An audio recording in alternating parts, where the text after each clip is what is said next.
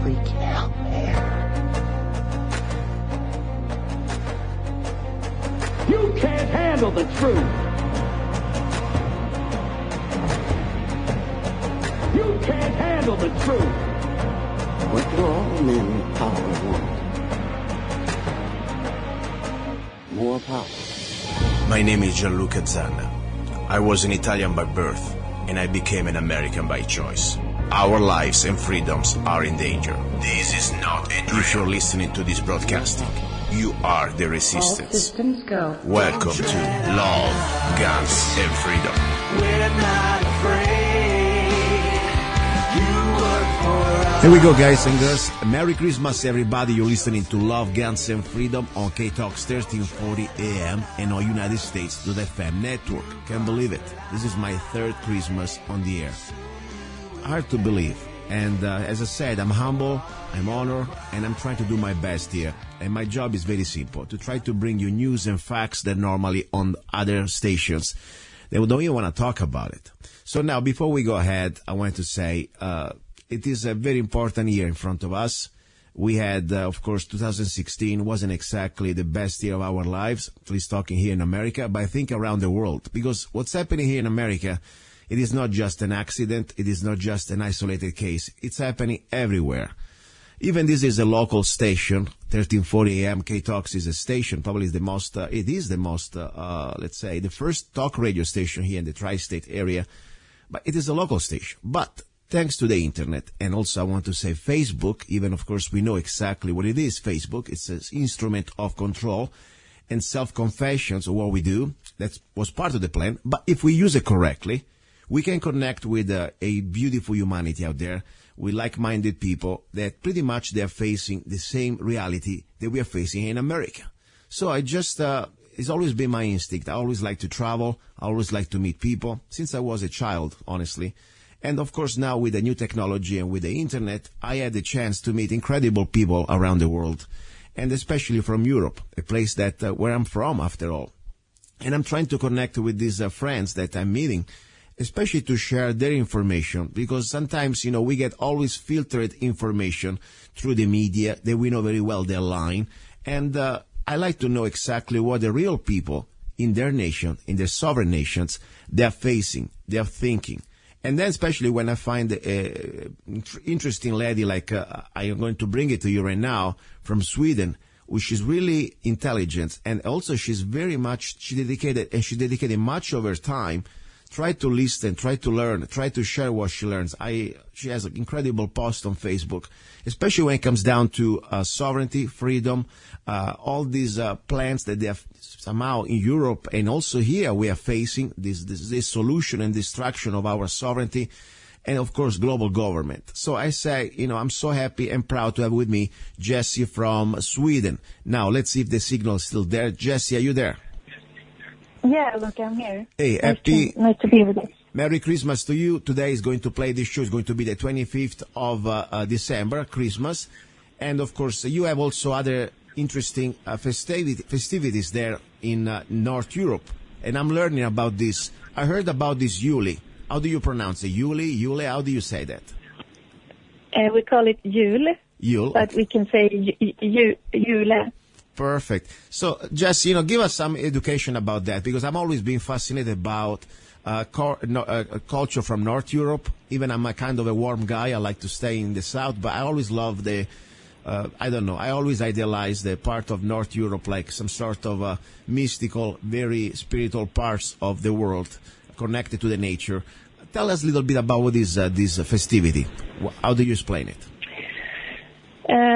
What I've learned is that they call it the pagan festivities, and they celebrate the New Year from December 21st, because that's the shortest day of the year and the longest night, but I think it's equal long night as day. And today is the first day of the New Year, you could say. Yeah. And it's the goddess who turns the wheel to start a new year. Like, you could see time as a circle. And this day is the breaking point to start the clock all over again. And in Swedish, we say jul. That's the name for wheel. Mm-hmm. So when we say Merry Christmas in Swedish, that's God jul. Interesting. So basically we're saying happy wheel or celebrating the wheel starting over again with a new time circle. Very good. It's something I never really heard about this since a few weeks ago, and I was reading your post, and I really like, by the way, the beautiful photos that you put out of this, let's say, painting of idealization of this goddess, I guess, is right? That's what she is, according to your yeah, Lady of the Midwinter. Yes. I mean, she's a very beautiful lady. That's really amazing. And people say, why do you really care about Yule? After all, you're supposed to be a Christian. You know what? First of all, regardless what religion you are, I always find fascinating studying other countries' culture and history. For me, this is beyond religion. I don't care if it was any religion. This is not even about religion. It's about, honestly, it is exactly why I believe it's so important to reconnect with our roots and our, of course, identity to defeat the globalists, because they want to try to make us forget, or at least to erase our history. That's why I always trash history. I don't care where you're from. If you're from England or from Italy or Sweden, wherever you're from, I think we should be proud of our heritage. What do you think about that? I agree that it's important to get back to your roots, and I believe we are a tribal sort of society. We need our tribe, and we need to connect to some kind of network and know who we are and where we're from. And it's a basic instinct we all share, I believe. And I have friends who are very knowledgeable when it comes to, let's say, the Viking cultures and prehistoric societies. And I'm learning myself. And what I'm learning is that it's basically back to nature, you could say, back to basic, because the light is returning now. The days will become longer each day. So to me, it feels very special that, many people feel anxiety, pressure during the holidays because there's so many expectations to live up to. And this makes me feel relaxed that the new year has already started. I don't feel the pressure anymore. It's true, and one thing I tell you I like about the Northern Europe, let's say, spirituality that they have, and I was reading that part. Even, of course, I don't profess myself to follow their religion, their belief, but what I like is exactly what you just said, the connection to the nature. I don't know, even I'm from another part of the world. I think I'm a little Viking myself. I really think we forgot, or even better, they made us forget that our connection to the earth, to our simple life. Sometimes people think, oh, you must be a peasant, you must be a farmer. Guess what? I think now the people that they are enjoying more life are people who have the luxury. They don't need to go to work in a society 9 to 5 like rats, and they can enjoy nature and grow their own food and enjoy the animals and everything around the nature. Life is so simple, so beautiful. Just wake up with the sun, going to sleep and staring at the stars. I mean, where can you do this in a city or in a town when you're stressed out on top? So I think it's something important. I think regardless, as I said, beliefs, it's about connecting to our nature. Now, you don't have to answer, of course. This is always say, you can plead your Fifth Amendment like we have in America. I always ask questions. I'm a little curious guy, you know that. You have a very interesting spirituality, or at least an interesting religion that normally I never heard before I met you on Facebook. You profess yourself to be a Christian, but a different type of Christian. Can you explain a little bit exactly what you are, if you want to explain us? Well, I'm asking that myself because I'm trying to learn or deprogram, because I understand that we have been brainwashed, and I'm a seeker. I'm a novice, and I'm humble when I say that. But I do love Jesus. I believe I know in my heart and my soul conviction that he's real, and that he died on the cross and he sacrificed himself for us, and he ascended, and he is my savior. and it makes me very tearful when I say this, because I'm a true believer. But I was still welcomed into the Viking society, despite my admission that I believe in Jesus. And it's a very welcoming, open society, because they want to share what they believe, and then we can have discussions. And I believe that is like a kind of a round table exchange. No one is higher ranking than the other. And it's like Jesus himself. Yes. You know, he met with the outcasts. He met with the people that were looked down on, and he sought them out to talk to them. Yes. And break bread with them, and I believe in that. And you know, I'm not a good Christian. I'm not following the doctrines as other Christians feel that should be. Those who interpret.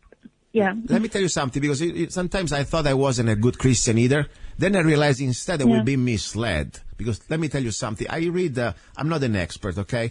I was born Catholic, and as the first moment when I was, even before I took my first communion, I say, you know what, Mom? I don't want to bow down to the Pope. He's just a man, for God's sake. And of course, I got slapped, okay?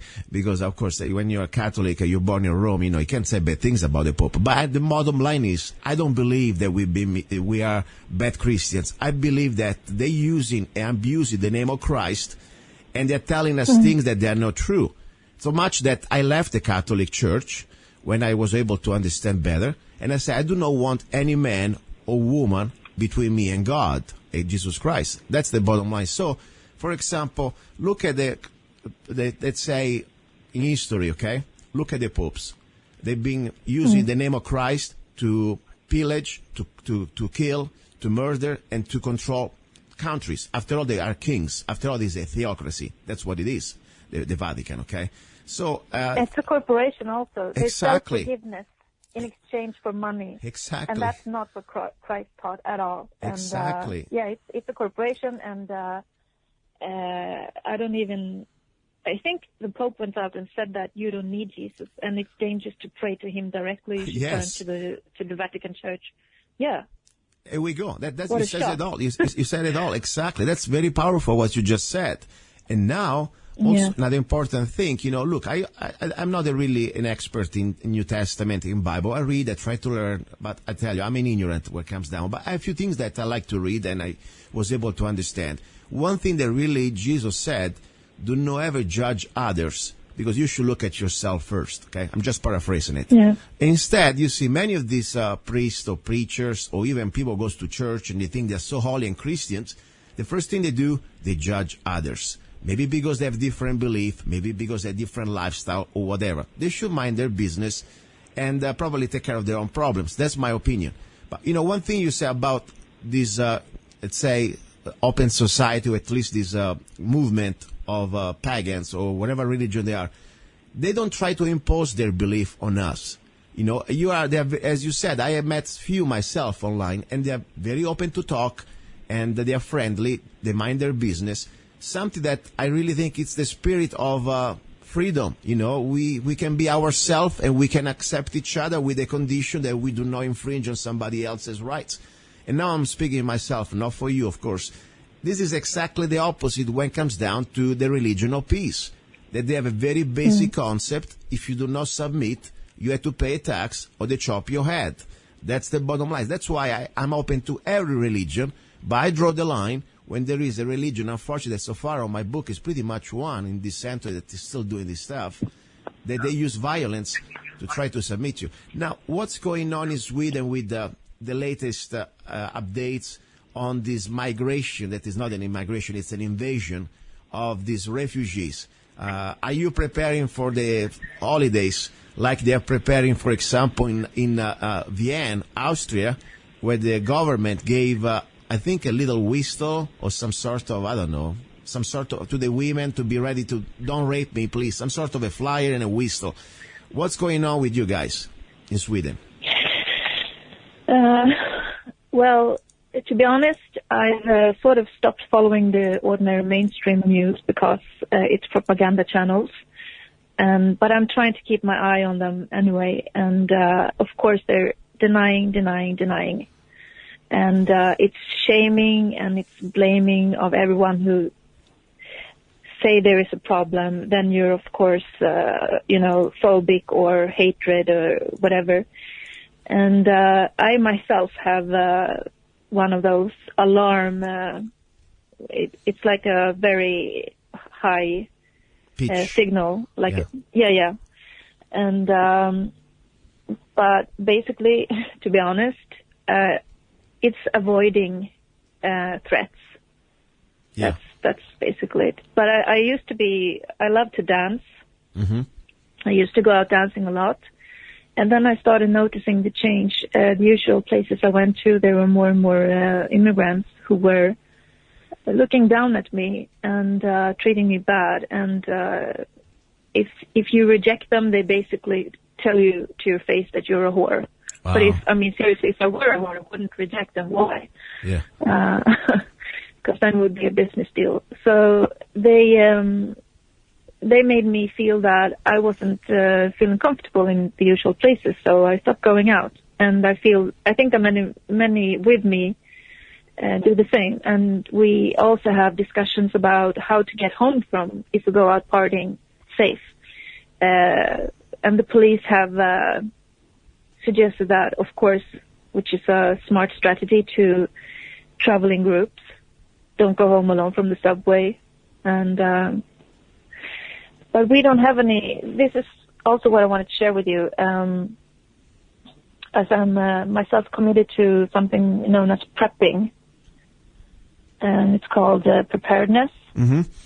And the preppers.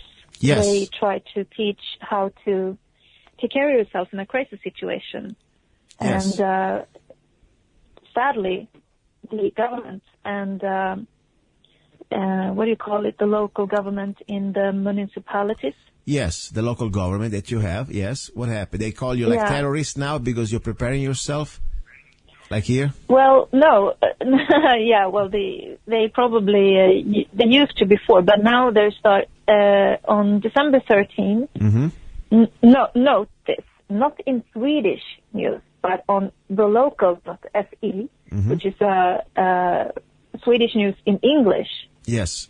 It's an article about Swedish regions told to be more prepared for war. Wow.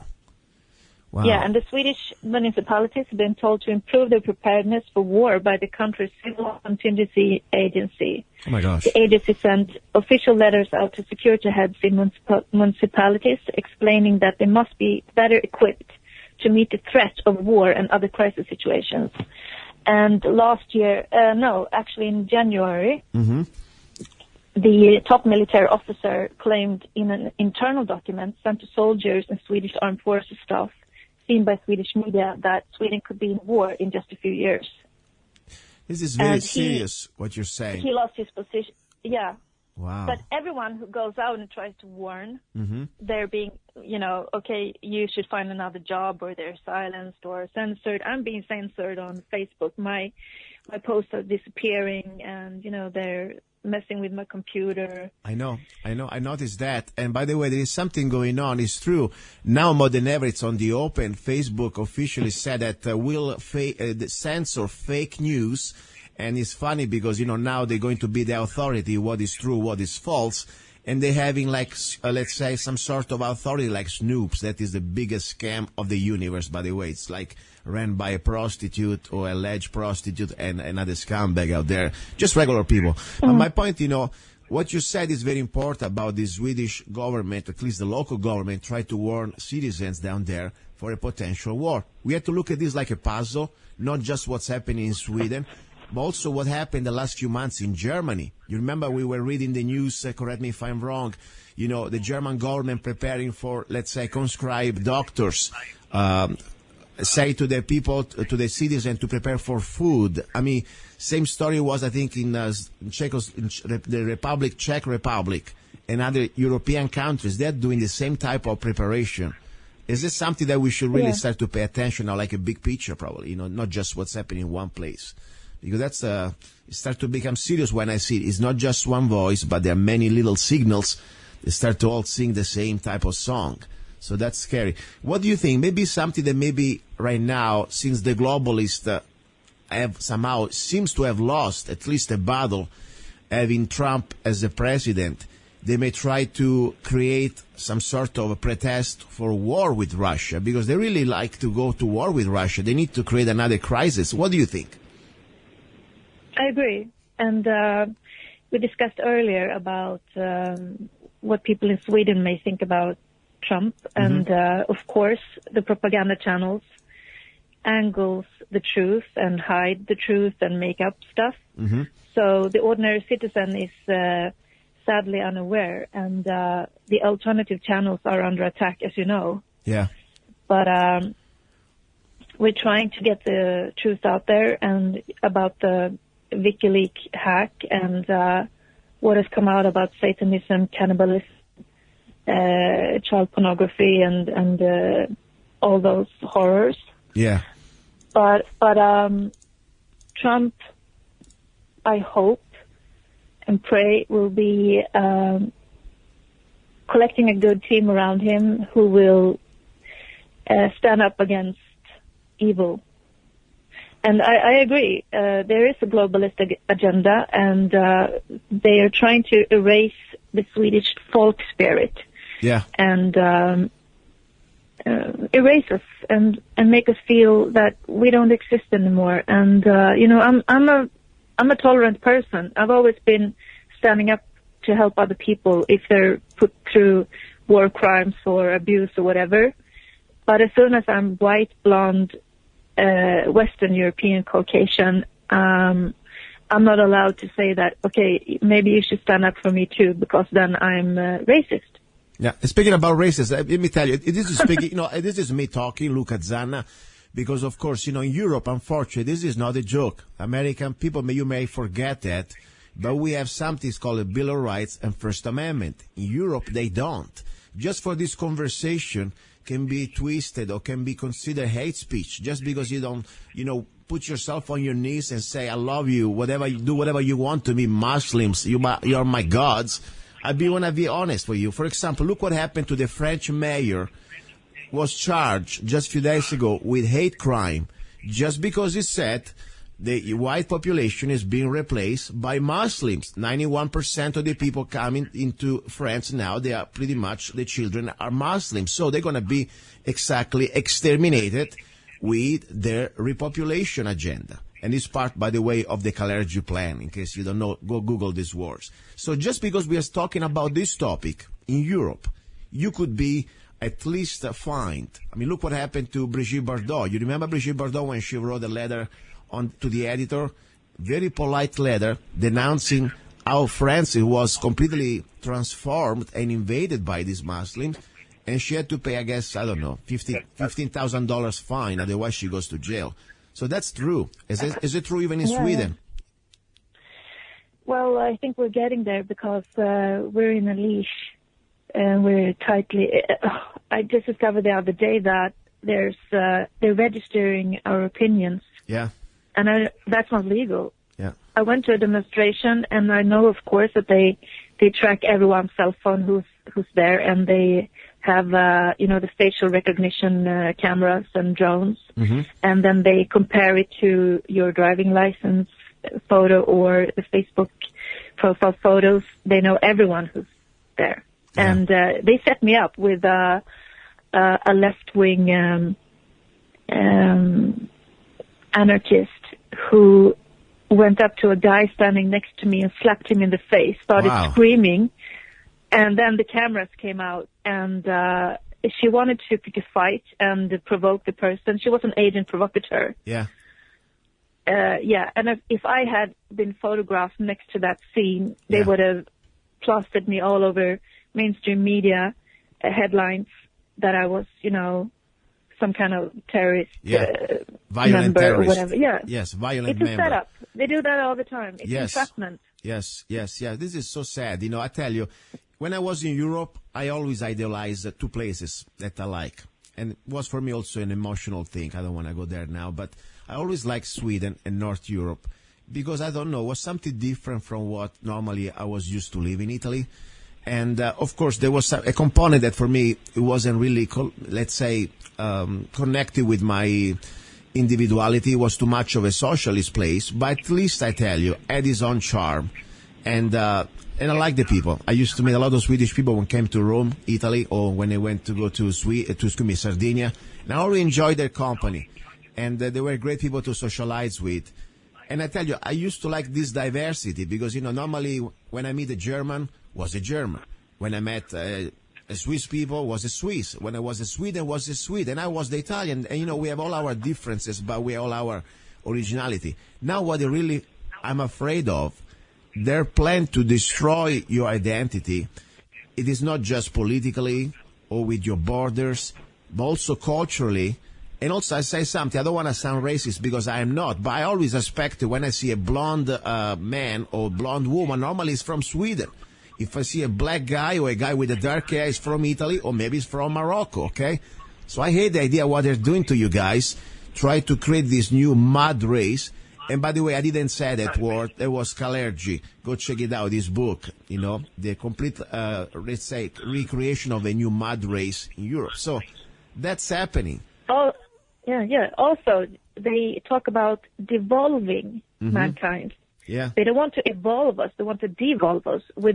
Take, for example, the vaccines and I don't know if you talk about chemtrails, but yes, there's been a lot of scientists coming up in public saying that they found horrible things in the air, that they're toxins and mold and horrible things. And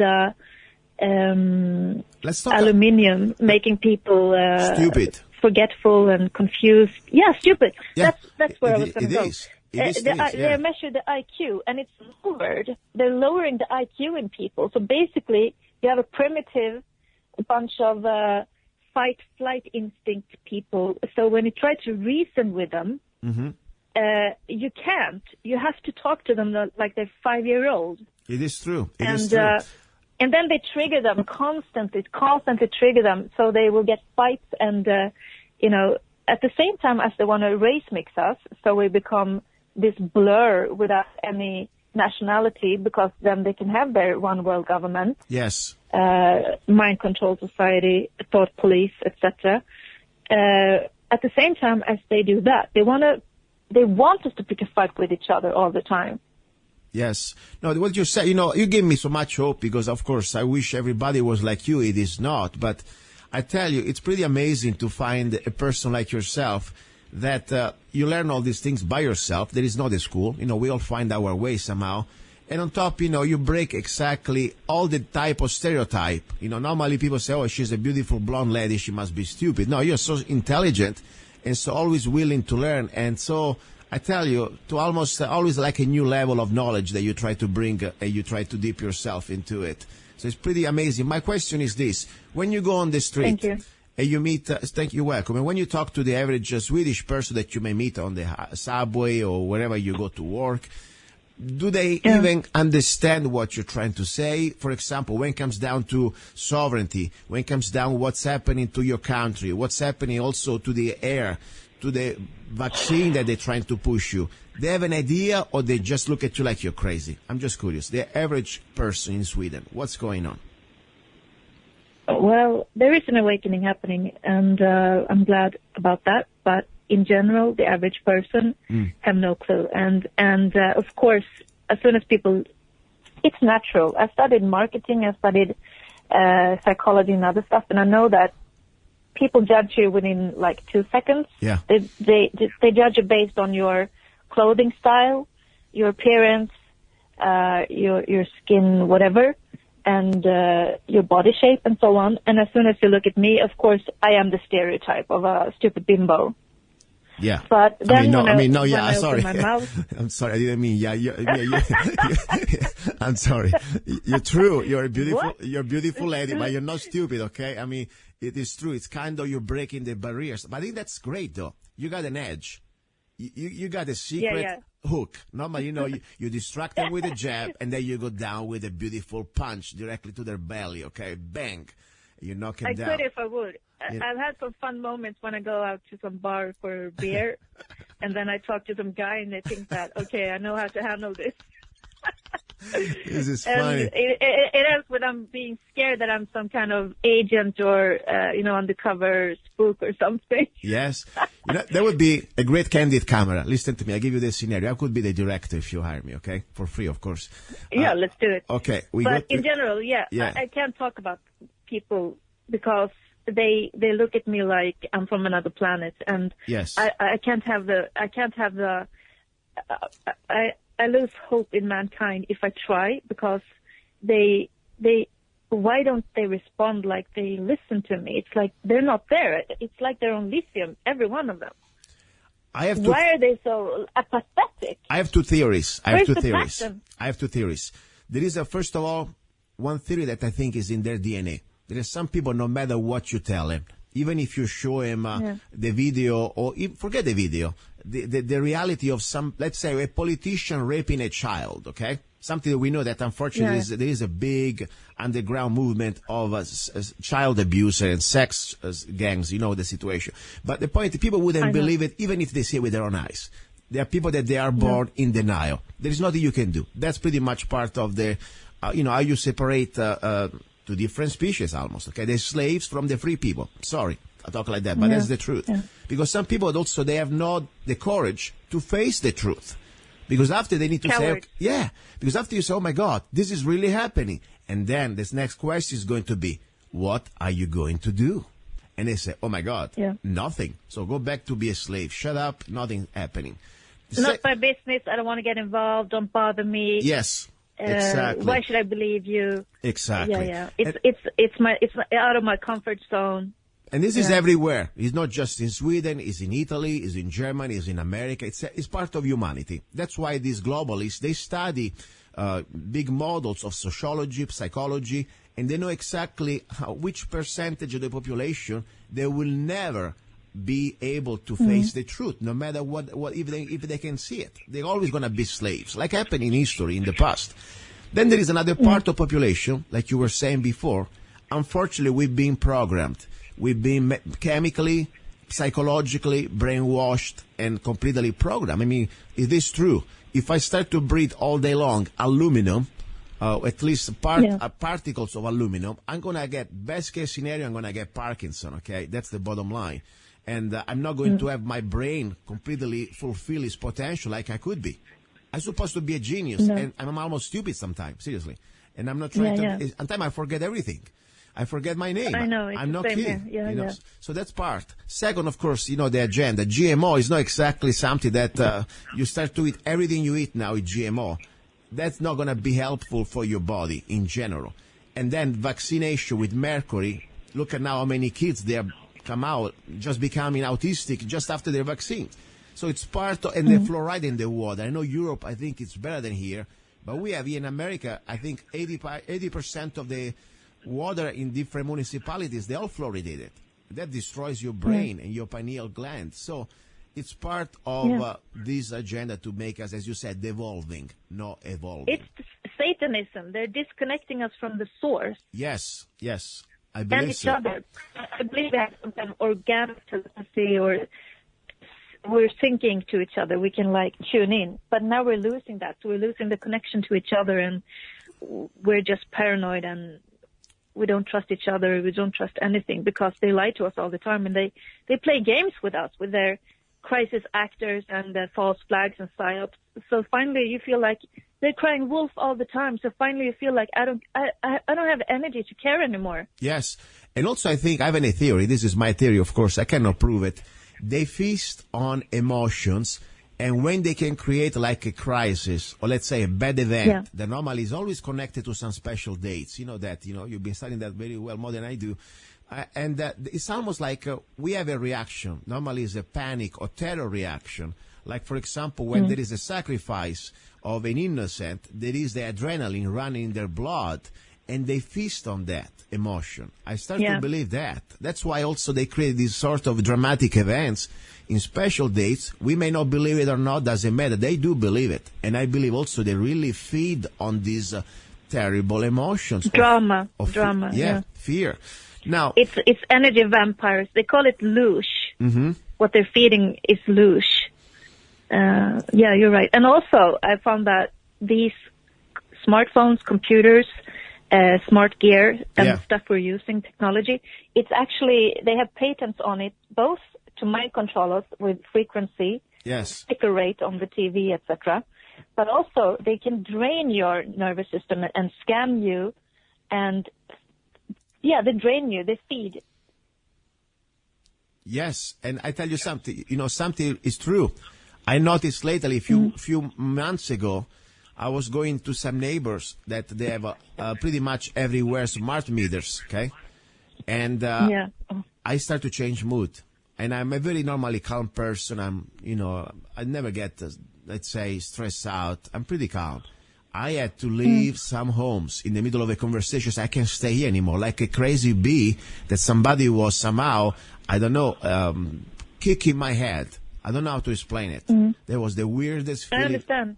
Yeah, for me, it was so weird. I never had that situation before. So I really believe all these electronics, it is not I already talk about this on different shows. It is not a conspiracy anymore. The technology is out there. It's also pretty old. They can completely control our behavior, and they can drive you crazy. That's a fact. And they don't even need to do it intentionally. It is just now like a pollution effect. I mean, smart meters every home, you're going to live in some sort of a very polluted Wi-Fi area that is proven that can create a lot of mental and physical problem to everybody. Now, let's talk about little lighter things for a moment. What is your plan for, normally, how do you spend Christmas in your tradition of in Sweden? I don't want to ask you what you're going to do at Christmas, but normally what a Swedish lady like you would do at Christmas. Any special tradition, like in Italy, we have the tree, we got panettone, we got spumante, wine. What do you do? Well, in Sweden, we those who have families gather with the families and watch, family movies. Or we have a tradition here which is quite funny. It's at 3:00 they broadcast from Disney Christmas theme. That they put together, and they edited in that broadcast to not disturb other cultures. Wow. So they have, But anyway, we should talk about lighter topics. So we gather around the Christmas tree and sing songs. If we have kids, we dance around it in a ring and exchange gifts and. Eat. Okay, so it's everywhere. And it's everywhere, not just in Italy, I guess. We always eat too much. And some people drink a lot. And that's a sad thing because there are many tragedies with alcohol involved. Yeah. One thing I tell you, I notice culturally differently from at least the average Italian. I don't say everybody, but with the average North European. For example, I can drink, but normally I drink to enjoy. I never get drunk, I can have half bottle of wine. I can have a couple drinks. Normally when I eat food, but I forgot the last time I got drunk. Probably I was 18 or 19-year-old. Okay, but instead I see all my friends. For example, I used to meet them, especially when I was a windsurfer. I used to go to Canary Islands and meet all people from Denmark or Sweden, and we used to surf together. They couldn't handle it. I mean, every time they start drinking, they had to get drunk. I say, guys, you're gonna get wasted. I mean, your liver is gonna get ruined, for God's sake. So I see that there is, I don't know if because of maybe a factor that you live in a place that normally you don't have sun most of the year, and people go to the bar most of the time. That was my theory, and they get kind of depressed because you need some sun and vitamin D, or maybe just cultural. What do you think? I think it's a coping mechanism to numb themselves, to just disconnect from, we're so monitored and mind controlled, and we're supposed to be live up to some kind of, I believe in a code of conduct and social rules, but we're having thoughts police everywhere, and that's the ventilation. Get wasted, blame the alcohol, and say whatever, and then the day after you can always blame the alcohol if you act it out. That's what I think. Yeah. I think there is some reason that is deeper. Of course, it's always cultural too, in part. Normally, if you look at history, people from North Europe, they like to drink. I mean, the winters are long and cold, and I think right now myself, I'm in Arizona, I drink a little more than average because it's cold. I I go with little more wine than normally I would do. But for me, I never really get to the point to get drunk. Do you like to drink a little bit? Any preference, a drink you like? Oh, this is going to get me flagged, but I like White Russian.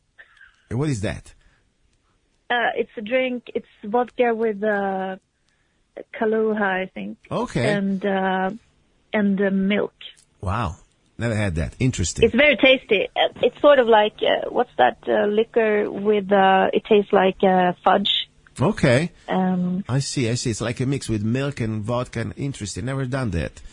I like coffee drinks too. Okay. And Guinness. Guinness, okay. Beer, yes. yeah. And wine. I like the Chardonnay. Chardonnay, white wine, very good. You know, Yeah. I don't want to break your beautiful drinking with beer, but I call myself.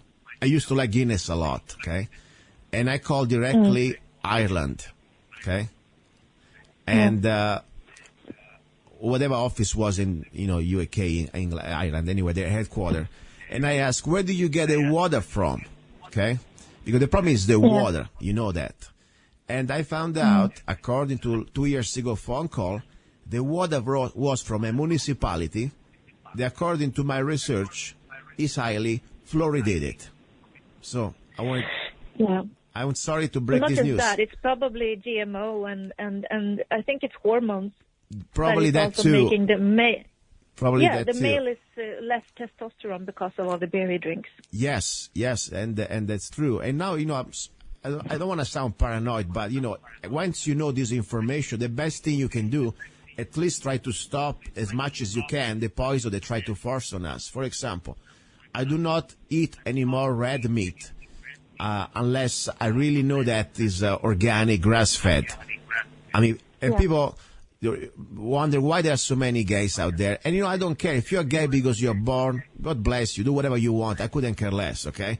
But that's none of my business. But if you're gay because they transform you gay, because if you eat every day a piece of meat full of estrogen, I mean, I can get my rooster, and if I feed him every day with estrogen, he's going to start to lay probably eggs pretty soon.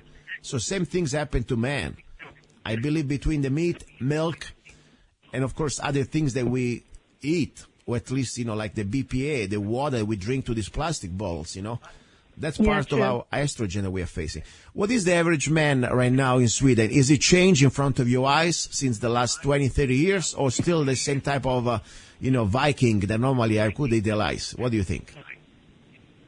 Well, I used to live up north, and they're more like the outback type of guy, hunters, truck drivers, and I like that kind of guy who can handle himself.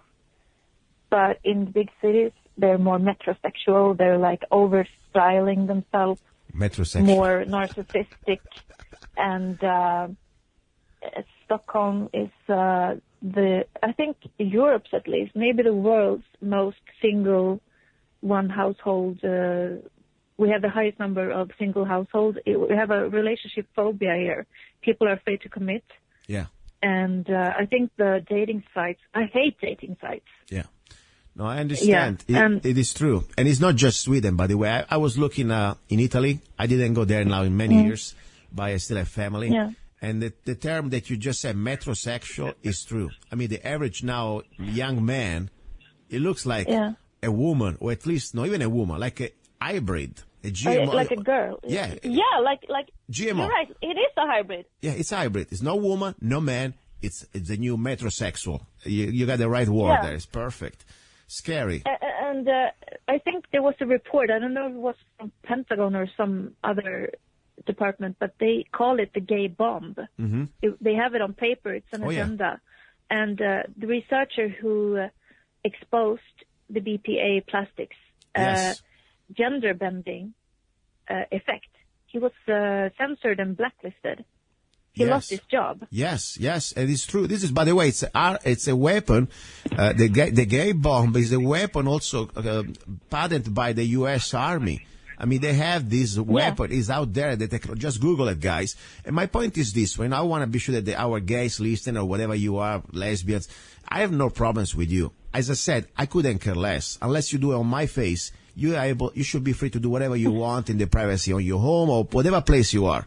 But the problem is is an agenda here to completely stop the reproductivity, the fertility of humanity. They want not just to stop the population, they want to depopulize us. They want to somehow reduce our number to almost a mass murdering genocide. And this is out there. All you have to do go Georgia Guidestones and you find out how many we're supposed to remain. So in their different type of, they attack us from different angles. Forget about the fluoride and the chemtrails and all the stuff we're talking. One thing they can stop the population, that man and woman, they're going to hate each other. Say, forget about it. I'm going to go screw another man. Or I'm going to screw another woman. And at that point, the family is destroyed and there is no more reproductivity. So that's why they leave pretty much open field for the Muslims so they can, screw for everybody and make as many children as they can. And we're all going to be dead. That's pretty much the 2 cents version of my, hypothesis or whatever I think is my theory. What do you think? Am I crazy or is something true about this gay's plan to make an agenda to stop the population for humanity? Yeah, I think that's an agenda, but there's also something else and people need to really understand that this is for real. This is not a joke. Look up the Kinsey report. There's in the homosexual, I call it the homo mafia, because, the scandals of pedophilia and man-boy association, NAMBLA, and so on. And they've infiltrated the Pride movement. And in Sweden, the pedophiles, held the opening speech at the Pride Festival. Wow. Unbelievable. And they send out letters to various, the police have to go. If they don't, they're homophobic and they're being bullied, and politicians have to join, otherwise they're also homophobic, etc. So they're pushing the social stigma and shame on you that you're not tolerant enough. And when you're really knowing the agenda behind it, to normalize and lower the age of consent, and normalize, you should be tolerant to everything because they name it love. Yeah. But if you look at it, it's sex. And in Sweden, in Stockholm, before one Pride festival, in the middle of the summer, in the tourist season, in the subway stations, they have these commercial, what do you call it, like a board. They wrote, why don't you become gay instead? Oh my gosh. Or homosexual, so you can go and have sex in the public toilet right now, because women turn you down and we will never say no because we want sex all the time. And then they were erected penises rubbing off on each other on the billboard in the subway stations. Moving pictures of penises among little children and tourists. And I'm like, that's bizarre, that's sick. And this is public space. I shouldn't have to see that. Exactly. And, I would like to see even if there was a man or a woman just having normal or whatever sexual interaction. This is not just about the gays. It's about you have some things that you do in private. I'm not a priest. I'm not exactly, I'm a regular guy, okay? At least I used to be a regular guy. Now I'm kind of a monk. But regardless, the point is you do not abuse other people with your sexuality in a public place, no matter what sexuality you are.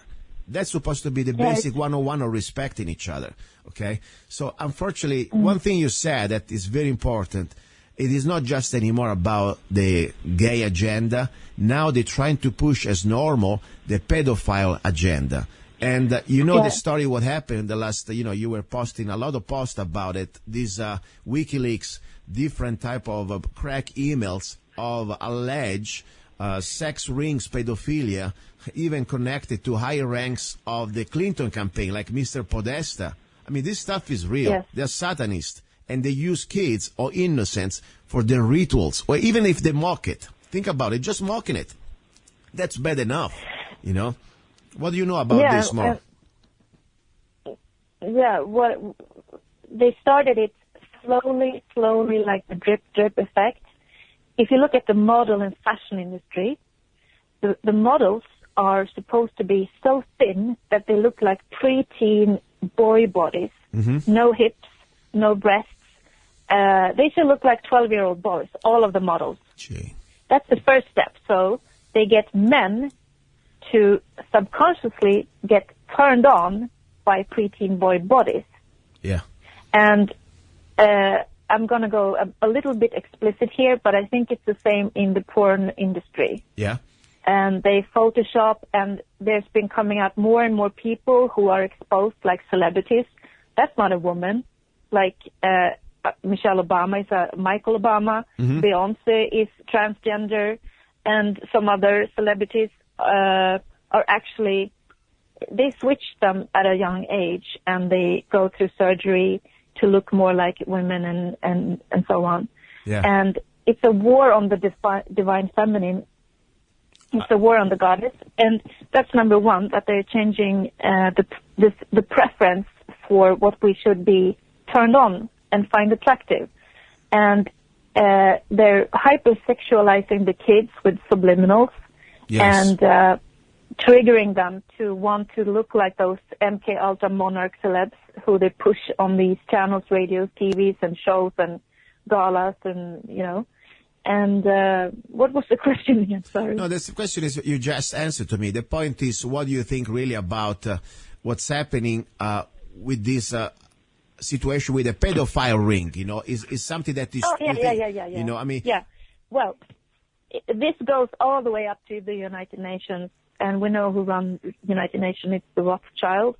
And maybe you heard there was a whistleblower who took a job as a Peace Corps officer. She was a policewoman. This is true. This is a true story. There's a documentary out there called The Whistleblower.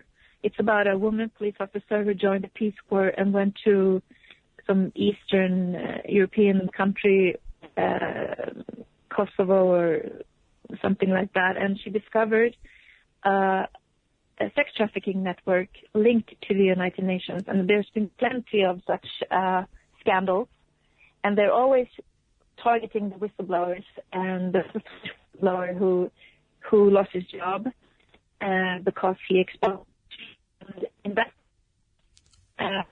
senator. I think she was a senator, Cynthia McKinney. Yes. She was grilling Donald Rumsfeld, and Something's happening. You start to talk about this. I'm not making it up.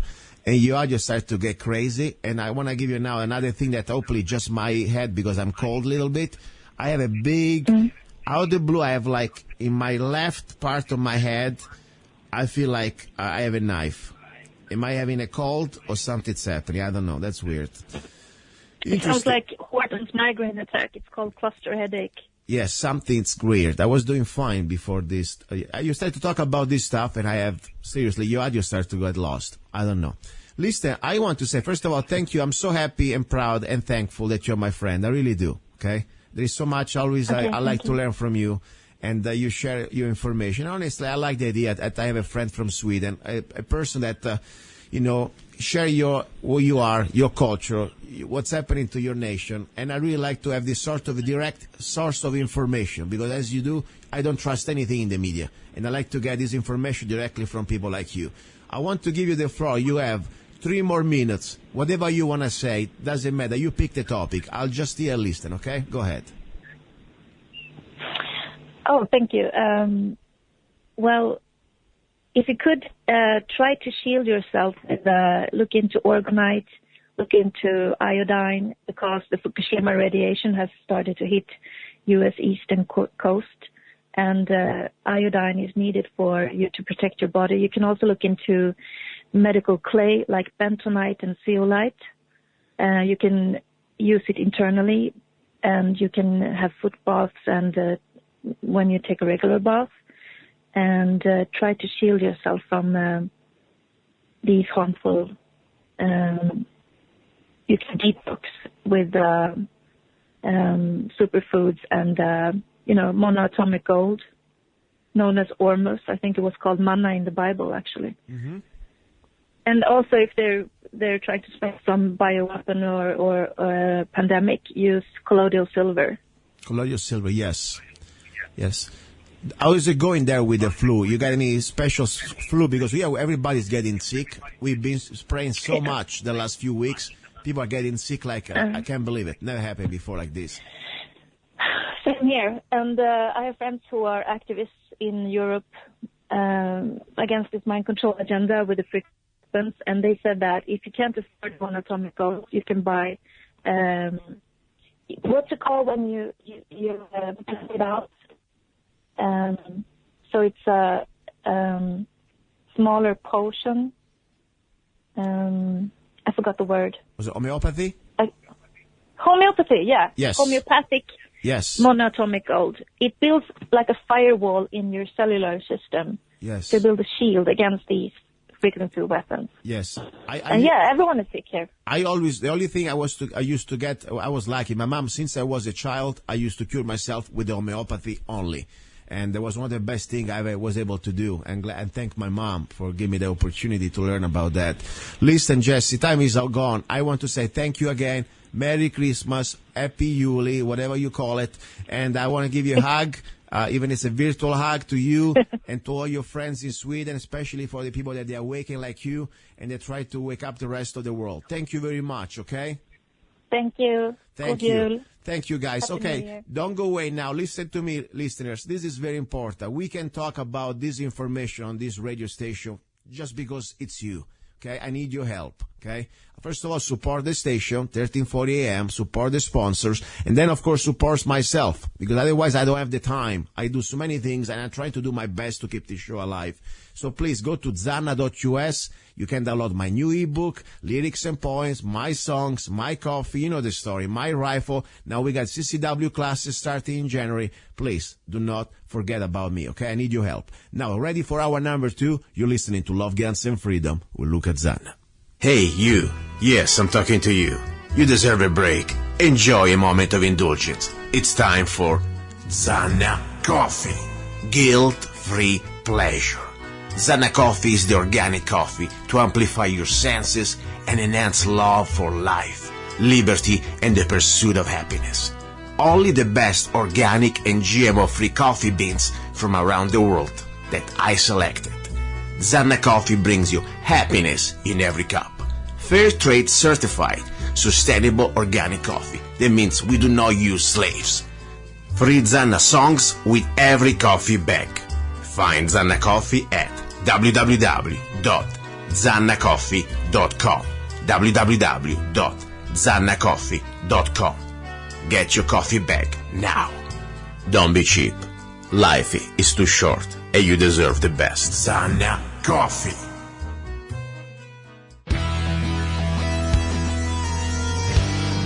You're listening to Love, Guns and Freedom with luca-zanna on United States.fm network. Here we go. You're listening to Love, Guns, and Freedom with luca-zanna on KTOX 1340 AM. This is the second hour. It's going to be about guns, training, and more important now about the Arizona concealed carry permit classes that I will start to keep here and develop here and also teach here in Mojave County, Arizona. Now, I want to say something. First of all, Merry Christmas again. I didn't say enough, probably. You hear the first hour, I love to bring people from other worlds, other continents, other nations. Why? Because it's so beautiful, first of all, think, even I'm a very proud American, and I think, I believe in nationalism, I believe in sovereignty. I also believe that it's beautiful to interact with other people from other nations, from other cultures, and also learn from each other. This is, for me, the idea of true freedom. You can be free to go anywhere you want, of course, always with a passport and a visa, hopefully, or maybe just a passport, just to keep it simple. We don't cross fences here, okay?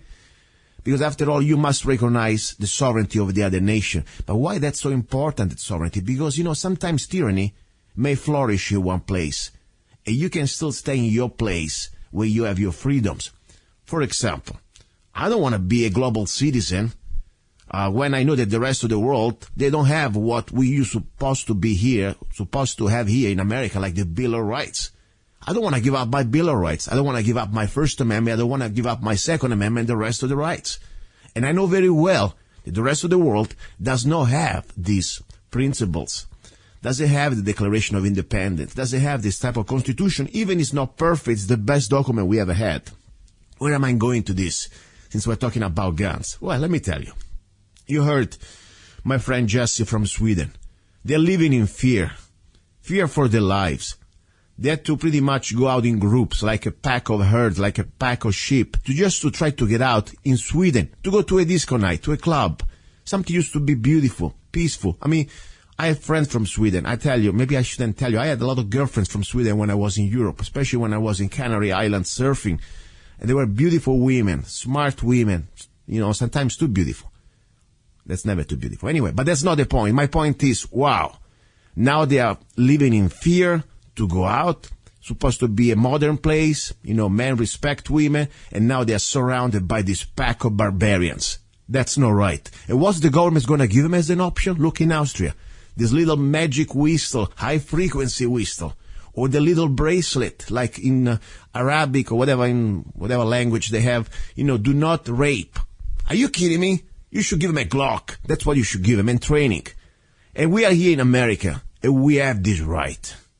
And we are here, and we can carry, in Arizona especially, with or without a permit. And I already told you last Sunday why I think you should apply for a concealed carry permit in Arizona. There are a lot of benefits.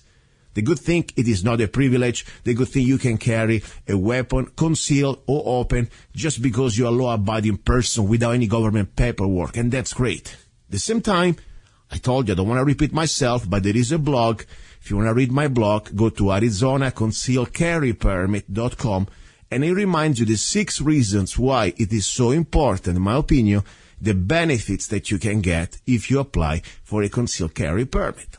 So that's why I want to bring you the rest of the world, how they're struggling, because we all struggle in different ways. But here we still have it better, believe it or not. We still can fight back. Okay? Women can be armed. Men can be armed. So I would like to talk with you about a couple news after this, but more important now, first of all, I want to officially announce the first date of the Arizona Concealed Carry Permit in Mojave County. The first date of the first class. And I remind you, if you're out there listening, if you're a single mother, that means you're not married, you're taking care of your child or your children, guess what? I believe in helping my fellow man and woman. The class, it's free. It's on me. Okay? And that's very simple. If you're a single mother, you have a free class. You still need to apply for the paperwork with the DPS. That's up to you. But it's not much. It's $60. So you got a free $85 class. Okay? All my love and all my time for you. Also, if you are a person with serious disabilities, and when I say serious disabilities, I don't mean that you have a back pain, the morning you didn't sleep right. No, I'm talking about you really have a physical condition that, hey, I need some help. Maybe on the wheelchair, or maybe you got disability that really you can prove, and you cannot afford it. Guess what? It's for me. It's on me. Okay? This is a way I believe sharing love, sharing wealth. This is not like the government forcing us, pointing a gun at us. I believe in charity. I believe in helping. I believe in giving out of my good own will. Not about government coercion, extortion, called taxation. But that's another story. Now, let's start what I want to accomplish in this hour. First of all, we will talk about some news. Why it's so important for law-abiding people to carry a weapon and being trained. Okay, because it's happening. It's happening again. Europe is completely out of control, as you can see. It happened, of course, you know this. I don't want to, the latest news, what happened in Germany, the potential truck driver, honestly, we still don't know all the facts, but guess what? Doesn't sound that was a Christian out there doing the job, for sure. But more important, that evil is out there. And now, unfortunately, this government is unleashing more evil on us. When you have a complete, let's say, unvetted number, almost unlimited numbers, because we're talking about hundreds of thousands of people.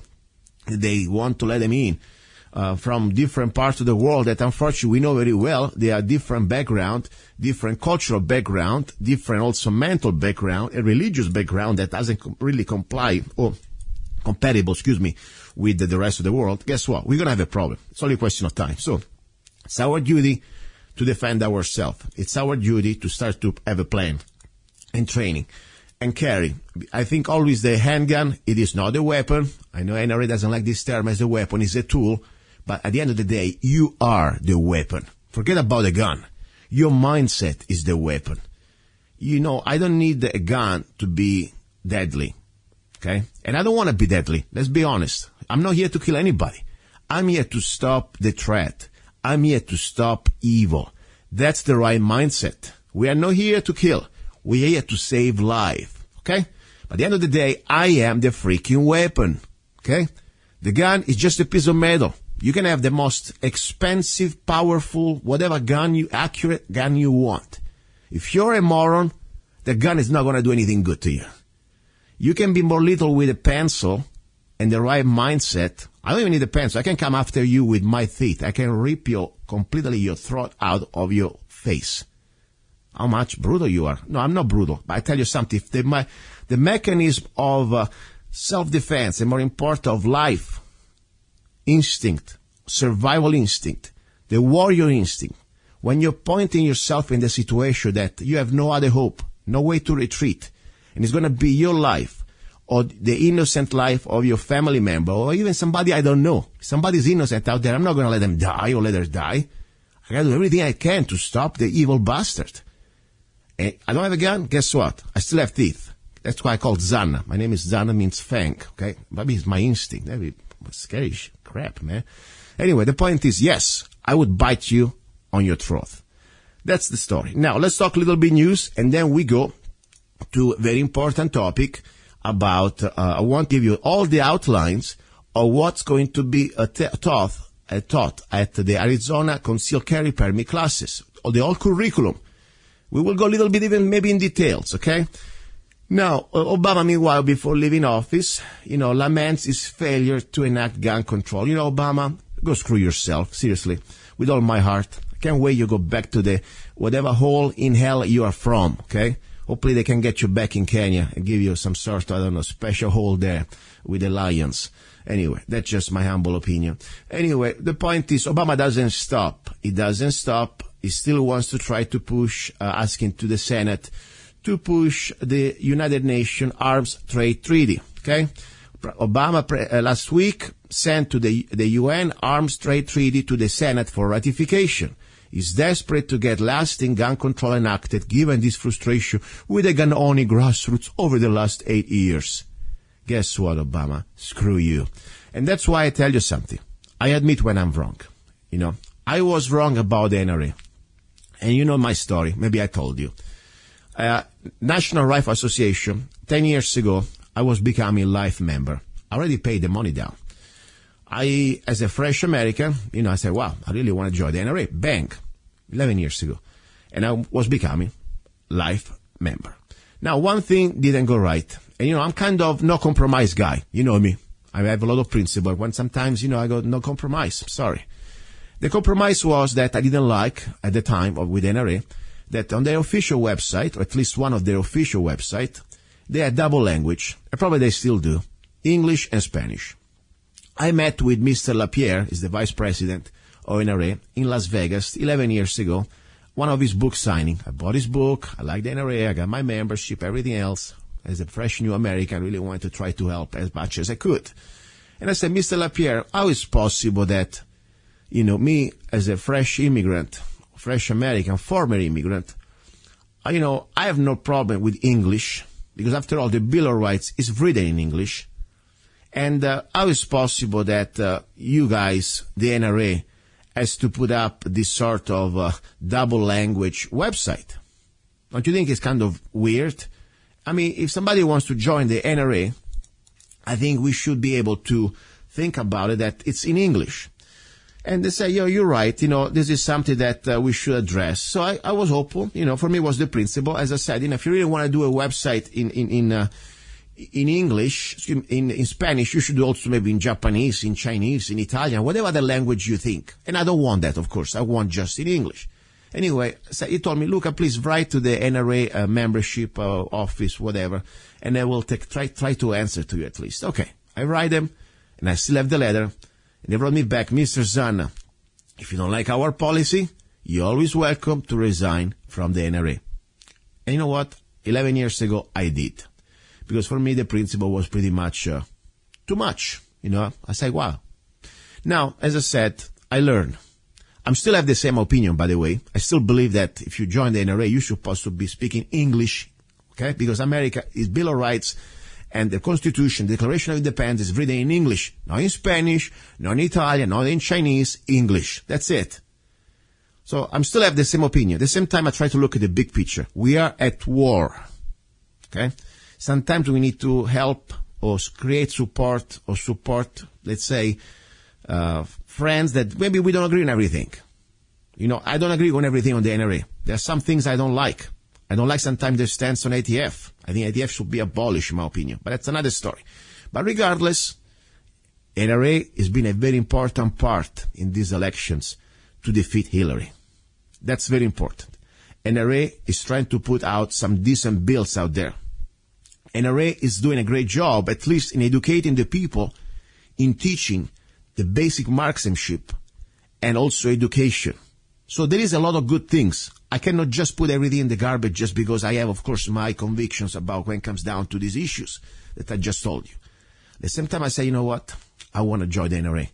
And not only I want to join the NRA, I want to help them recruit people. And I realize, this is important. We need them all. I'm a proud member of the Arizona Citizen Defense League. I'm a life member. I paid $500 membership a few years ago. Proud of it. I'm also a member of the Jewish for Preservation of Firearms. And I try to support every other organization, like Gun Owners of America. But now NRA, I said, I want to become a member. So much that not only, I joined NRA doing, qualifying as an instructor in different classes. I also am a range safety officer, certified pistol instructor, inside the house instructor, outside the house self-defense instructor, and different things I like to do with them because I really like their curriculum. You learn a lot, you learn a little bit from everybody, I love the curriculum from Frontsight. I also love the curriculum from NRA. They all offer different angles. So it's important we have an open mind. At the same time, I think it's very important what they're doing politically. We need the numbers of gun owners behind, that they get involved, they get reminded what to do, to inform, to vote, to call, to send money. This is important to support the right candidates. So that's what I want to say. Now, if you want to help us, when I say help us, means also the NRA and myself. I can give you the opportunity to join the NRA, save money, at the same time you help this show. Very simple. You go to lovegunsfreedom.com. lovegunsfreedom.com. On the main site, at the bottom of the page, there is a little banner. Join the NRA. Click in the banner and you can choose the membership that you want. Not only you join the NRA and you save money, but I get here a couple bucks, really a couple, not much, but doesn't matter. It's the principle that allows me to support the show and to keep it free from corporate control. And you know the story. On the show, we can talk about things that nobody else. I don't need to ask permission to anybody. No matter if I'm on the air or from on the internet, I do exactly the same. I need your time. I need your help. Okay? You can buy, of course, Zanna Coffee. You know the story, zannacoffee.com. But this is even better. You can also get benefits, by the way. When you become an NRA member, you have some sort of a really good benefits, starting from an insurance. I didn't know. Your guns are insured for a certain amount, depending on what type of membership. You have also some sort of a basic life insurance. Even if it's a small amount, it's very good. It's covered in case of an accident. I mean, it's really good. For a few dollars, less than a couple of dollars, a month. Talking about $30 for the year, the membership, it's nothing. It's really worth it. At the same time, they keep you updated with information, with all the different laws. And don't get now wrong because you think you got Trump. We got Trump as a president, and we have all these Republicans in the House and the Senate. Guess what? These Republicans in the House and the Senate, they're the first time problem that we had because Obama was allowed to do all this crap. Trump may be a decent man. We will see. I hope so. But for sure that most of these Republicans, they are pure scum. And this is me talking. Yes, most of these Republicans that we had, they are pure scum. They are sold out pieces of garbage. Okay? Let's not forget the Paul Ryan of the world. and McConnell, and the other drunk, what is the name? The one, my gosh, that Bonner. I call him Bonner, okay? These people are just pure filth, okay? Seriously. I have no respect for them. Probably I have as much as no respect for them as Democrats. But at least Democrats, you know what you get. You know, they're pure garbage. They try to get your money. They want to make you slave of the state. That's okay. You know where they're coming from. But these Republicans, you know, they go all wrap around the Constitution. They think such a great freedom-loving people. They're just corporate whores. That's what they are, corporate whores, okay? That's what you are. And, of course, there are some exceptions. There's decent Republicans out there that they're still holding the line. And I hope we can get more. That's why we're here, okay? I'm not here to bash. I'm here to try to be a positive, constructive bashing, okay? So we bash to build, not to destroy. Now, after we talk about this great news from Mr. Marxist the Kenyan, or Kenyan the Marxist, Obama, about trying to push again this small arms treaty in the Senate before he leaves office, I'm having my little last sip of Zanna coffee. By the way, I love coffee. This is my third coffee this morning. I don't know if I'm going to be okay, but whatever. I'm loving it. Anyway, Zanna coffee, by the way, if you want, is really good. By the way, I'm sold out. So the straight shot espresso is sold out for at least another week. But you can start to place orders if you want. Go to zannacoffee.com. And, you know, it's a great coffee. It's organic coffee, and also you help the show. zannacoffee.com. Now, back to business. As I promised, we were going to talk right now about the outlines, the curriculum that we will teach. I will personally teach at the Arizona Concealed Carry Permit classes. First class. You know, you have to write it down, please. January the 14th, 2017. Can you believe that? January 14th, 2017. Where? At Shots Gun Shop in Kingman. Now I'll give you also the address and the phone number. Look how good I am. We have the class starting at 9 o'clock in the morning. Shots Gun Shop in Kingman. It is exactly at 3140 Airway Avenue, Kingman, Arizona. Phone number, write it down, 928-681-3400. 928-681-3400, okay? So, the first class is going to be January the 14th, 9 o'clock. Remember, if you're a single mother, you can apply for the class for free. And I'm not even going to say in public, I'm not going to say, oh, you're for free, you're a single mom. No, I am pretty decent guy. I will keep it private. I respect your privacy and also for your safety. I'm not going to say to the world that you're a single mom. Like, oh, welcome to the single mom into a class. No, that's your business. It's our business, okay? But it's on me. If you're a person with disability, you can prove it. You get the class for free. The rest of humanity, law-abiding people, okay, if you come there, you have a felony, can carry a gun. No, can come there. Don't waste your time, okay?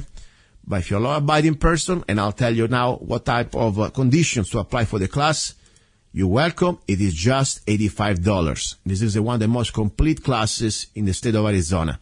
Because technically now, they can give you CCW, just attend, like watch a video for an hour, and they say, they sign it for you. Yeah, you watch the safety, you can go. It's a joke. I mean, some people like to do that, that's fine. For me, this is it's a responsibility also for myself. If you go out and you have a gun, as a law-abiding person, I want to do my best to give you the best information I can, not only to save your life, but also to comply to the basic laws that we have in this state, to do not get in trouble with the law, if it's possible. Even, of course, I'm not a lawyer, and I will tell you, I'm not giving you legal advice, but at least I will read for you the basic statutes that we have. But more important, also, you are an asset, but you can also be a responsibility, a liability on the streets. You can be an asset or you can be a liability. That's up to you and also up to the people that you look for training. That's why I want you to be an asset. But the last thing we need is a gun owner not knowing what he's doing, what she's doing, and in the middle of a freaking street start to shoot at things and missing, or maybe shooting when it's not time to shoot and killing or probably, harming some innocent.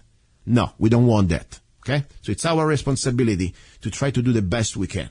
Now, first of all, what do you expect from today's class? Okay, this is the class that I want to start to talk to you. What do you want to leave when you finish your class? What is your goal? You want just a piece of plastic called Arizona Concealed Carry Permit released by DPS? That's not going to be the real solution. I mean, that's just a piece of plastic. You know what it does to you? It just reminds to the government that you have a background check cleared, or a clear background check. You're not a felon, and you can carry a gun. And you have some little extra benefits where you can carry a gun. That's it. It doesn't give you any special powers. You have any type of special, skills. Nothing. The piece of plastic doesn't help you at all. You are the person they need to look for training. Remember though, police have no legal duty to protect you or any other individual. That's the reality. Criminals choose their victims, and now we will go there during the class exactly how they choose their victims. Victims, you have no rights. You can say, oh, this is not fair, I have a right, I'm a human being. They don't care, they kill you. First they rape you and then they kill you. And they may rape also your dog. Trust me, these people are evil bastards. Your safety at the end and the safety of your family, it is in your hand. And that's why I'm here. Okay? That's why for me this is important. This is not just about another business. This is not just about selling you something. This is about, for me, try to have as many law-abiding people on the streets to be ready to do everything they can to stop evil. More of us, we are out there, more we can stop evil. That's the idea. It's a battle, good against evil. Now, we go first of all, 1 point at a time. There are more than 22 points that I will go through this class. Right now I will go very fast because of course time is short. I don't have 4 hours or 5 hours, but at the same time I want to give you an idea what's going on. First of all, the moral and ethical decision.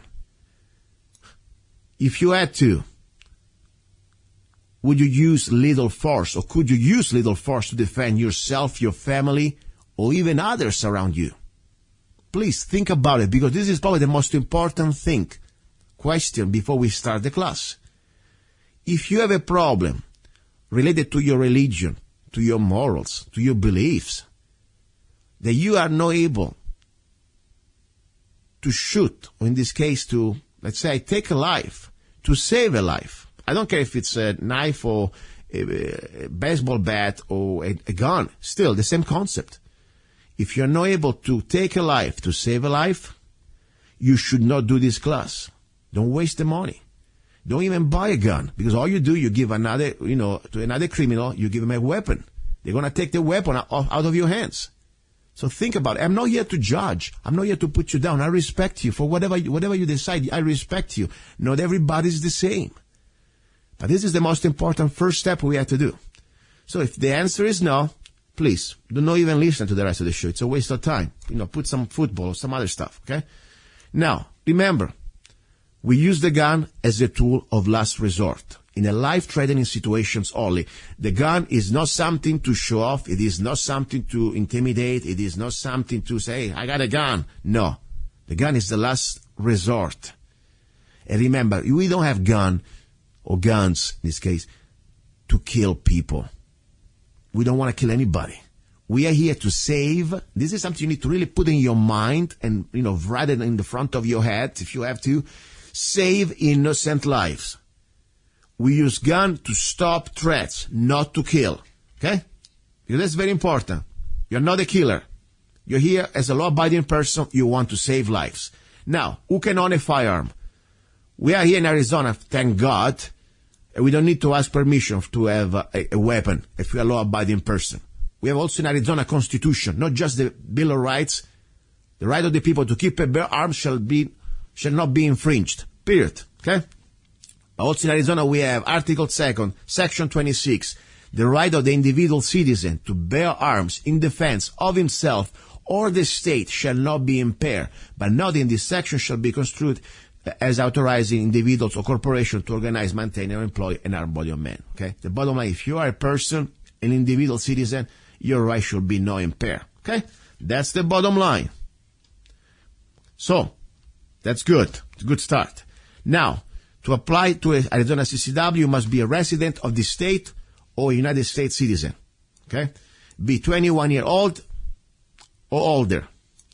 not be under indictment for felony and offense, not be convicted of any felony offense unless the conviction has been expunged, okay? Not suffer from mental illness and being adjudicated mentally incompetent,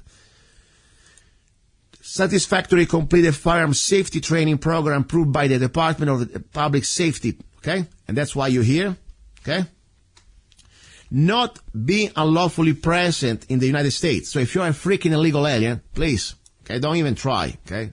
You got the wrong address if you come here. All right, that's the bottom line. Now, state prohibitors, okay? You will see more when you come to the class who also cannot do, okay, this type of class, okay? We cannot own a gun. I don't want to waste too much time. By the way, I give you also a booklet, a PDF booklet with all the curriculum of the class, included in the price. I'm great. I've been working very hard, by the way, for this booklet. It's like 60, 70 pages almost. And it's incredible. It's all the curriculum, so you don't need to write down. You got all the points. I wake up at 3:30 in the morning just to do it for you, okay? So I hope you appreciate it. Now, let's go to the point now. Benefits of obtaining an arizona-ccw. I already told you last time. I'm going to go short now. Number one, responsibility in education. You need to know at least what you do not know. I mean, this is not the end of your journey. This is just the beginning. I'm not going to be able to teach you in 4 hours or 5 hours everything you need to know. I mean, this is just to show you what you should know. Okay? And then it's up to you to continue and find more training. Maybe with me if you want to, of course. I love that. Now, no background check when you purchase a firearm. If you have a CCW, as you know, you don't need to have any more this background check. It's at least in Arizona. You know, you come here, you show your ID, your CCW. They don't need to call the NICS, the feds, the Federal Bureau, whatever, the FBI. You get your gun, bang, you're out of the shop. Improving quality of the potential encounters with law enforcement. I believe that's really important. If you read my blog on arizona-ccw.com, you will see what I mean. Carry permit you can carry your gun in restaurants that allow carry where alcohol is served, with exceptions, of course. Then you have carry privileges in 35 states, okay? And then you have also the 1,000 feet school ground free zone and school ground with exceptions. That you can carry a gun with exceptions, okay? Now, basic firearm safety. People say, I already know this stuff. Guess what? I don't care. I want to be sure everybody knows it the same way, because I tell you, I go to gun show and I freak out. I see people that they're supposed to sell guns, supposed to be familiar with guns. They break the first law of this book every time. First of all, you must treat every weapon as if it's loaded. I don't care. By the way, I already checked. The chamber is empty. Don't worry about it. I don't care. It's loaded. I don't care. Every weapon. Rule number one, treat every weapon as if it is loaded. Number two, you never let the muzzle of the weapon, yes, I say weapon, NRA doesn't want a weapon, but this is not an NRA class. I want to call it a weapon. This is not a tool only. It's a weapon. Let's not forget, okay? You don't want to cover or point the muzzle or anything, at anything you are not willing to destroy. That's another thing freaks me out at gun show. Freaks me out. They point the freaking muzzle everywhere. Now, rule number 3, keep your finger off the trigger until you're ready to fire. Simple as that. Or you're on target, okay? Rule number 4, be sure of your target and what is in line with your target. So, remember, not just because when you're at the range, you see the target is downrange. In the real life, you may have things between, or people between, or behind. What if you miss? What if your round over-penetrates? Remember, you're liable for every round coming out of the barrel of your gun. Period. No excuses. Now, other important things. If the gun falls off your hands, out of your hands, let it fall. Do not try to catch it. That's the moment that, you're going to probably shoot yourself in the face.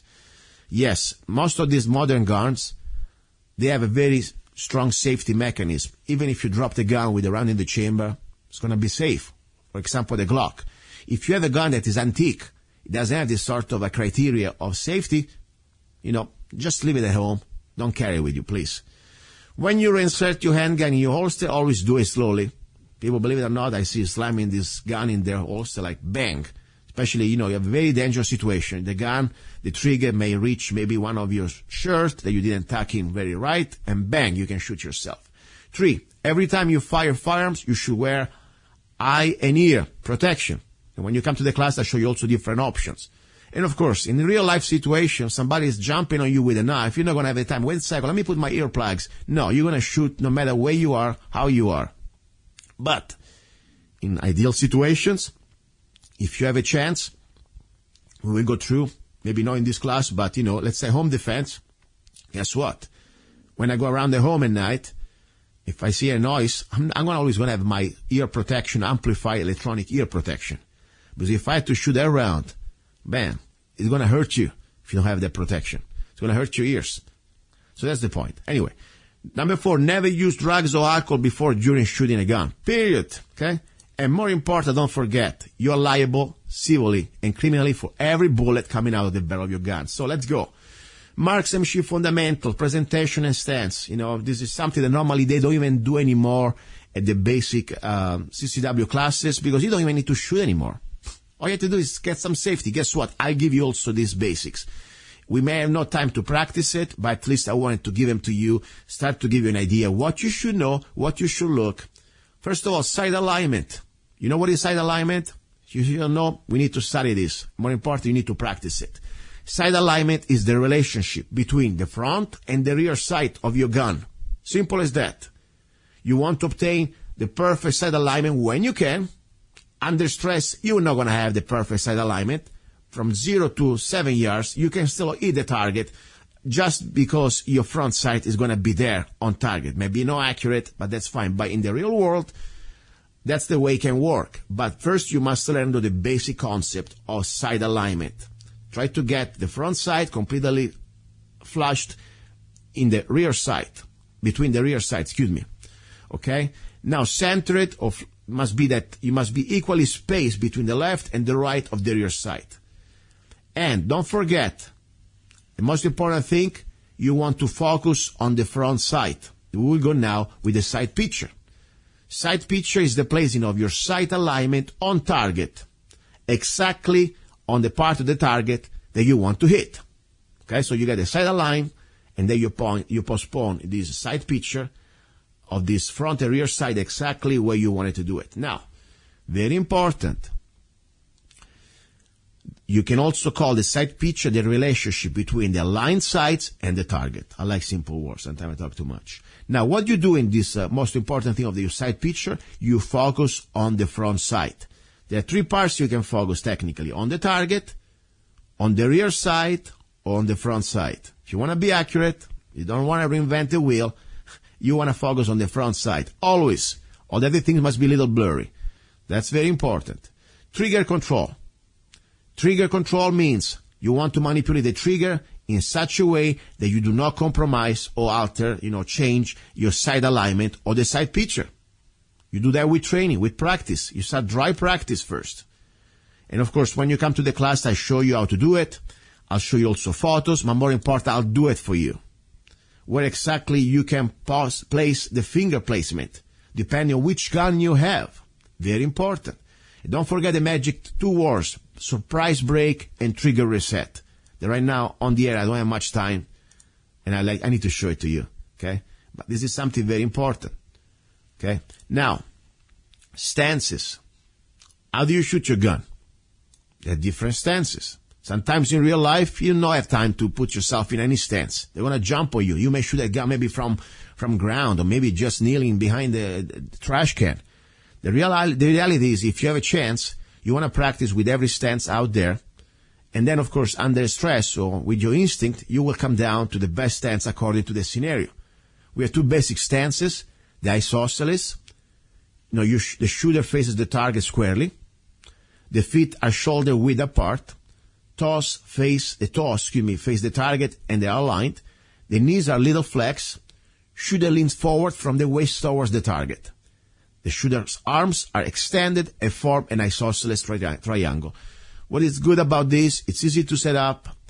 It's laterally stable, versatile. You can move left or right, and you still always hold in the same way the gun. For me, the cons are lack of vertical support, little more problem with the recoil management, and I'll show you why when you come to the class. I don't think it's as good, with the recoil as the modified Weaver that I'll talk to you now.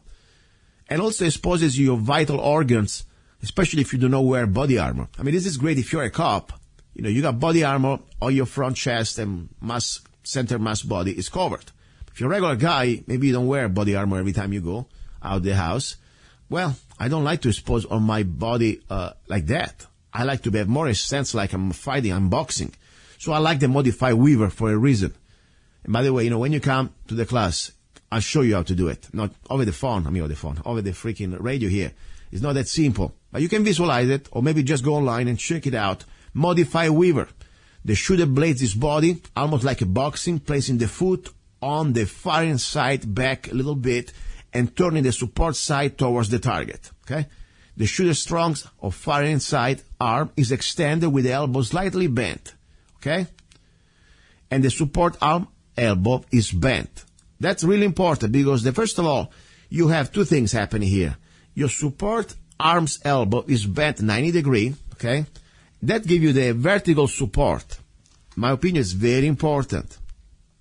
Second thing, when you have this type of position, you have your firing hand and your support hand applying isometrical pressure. I mean, what what? Isometrical.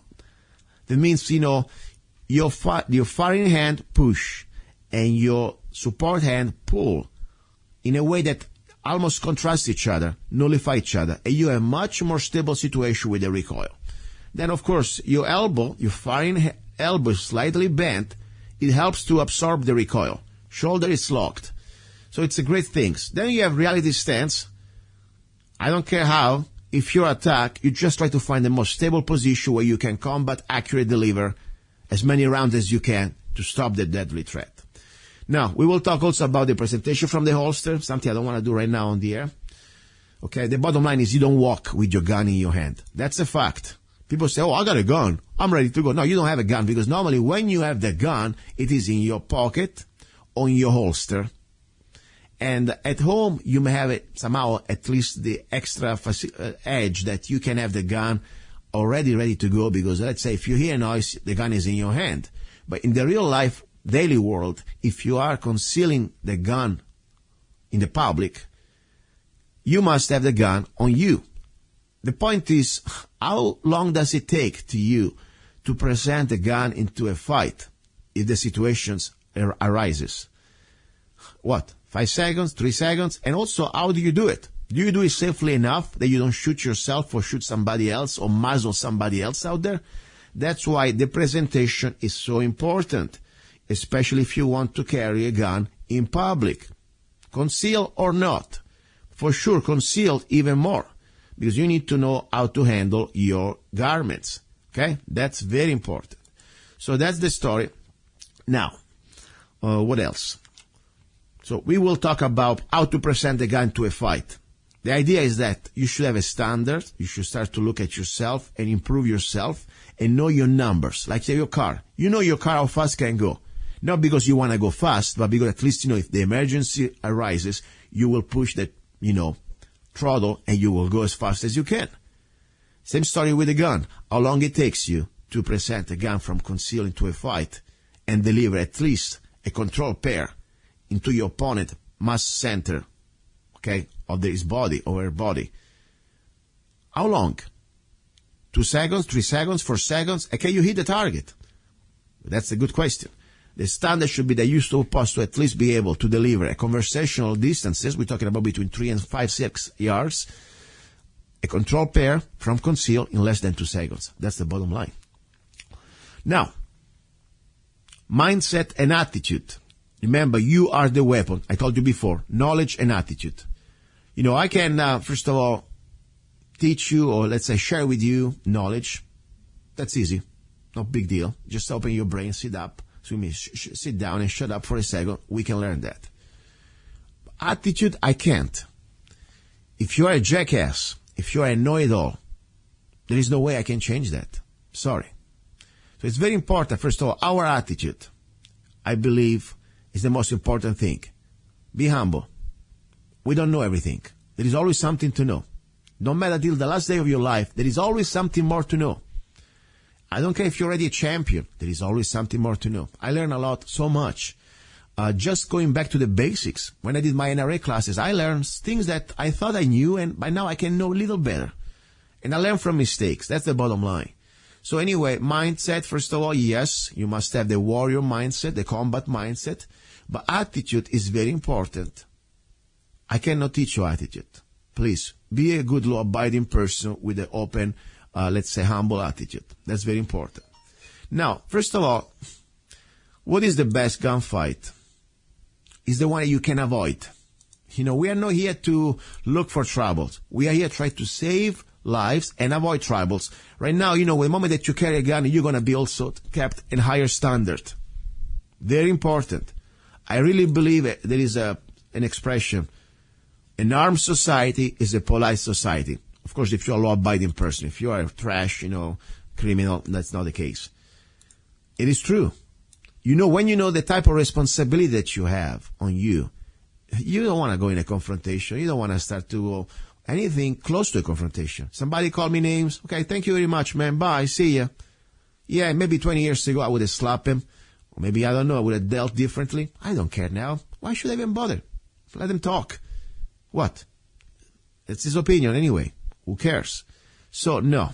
The best fight is the one you can avoid. And more important, don't forget, if you are into a fight, you already lost a little bit. Why? Because you didn't see it coming. You didn't see that you could have avoided that. That's for me the most important thing.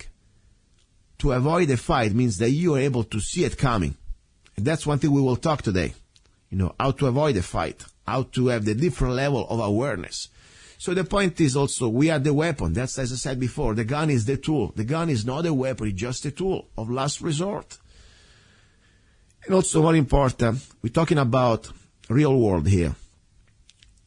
Moment that you have no options to use that force, because you're not being given any options. They started the fight, they provoke you, but it's not about provoking. They put you in a situation that your life is in imminent danger, imminent, or your life of innocent, of family. At that point, they made their choice, and you have no way to come back. This is not about, you know, fighting fair. When they start the fight, and you are into a fight, anything goes. You never surrender, number one. And there are no fairness. Fairness is a bad tactics in real life, okay? So you are the weapon. You do everything you have to do. With or without a gun, I don't care. You defend yourself, you fight for your life, and at the end of the day, they start the fight, you will end that fight. I don't care if you're like 80 pounds, sock weight lady. You will go for the trot with your teeth and you will rip them off. Simple as that. Now, you remember the movie The Shootist with John Wayne, 1976. I was in Italy and I watched it there. And I found there was a great line. I really like it. I found most men are not willing to bat an eye or draw a breath before they shoot. I won't. Sometimes it's not about being the fastest. It's being the most resolute. The one that already has the fighter mindset, the combat mindset. So anyway, that's the story. You gotta really visualize. You really must have a determination, never give up, and you must, of course, have a plan. Always have a plan. Okay?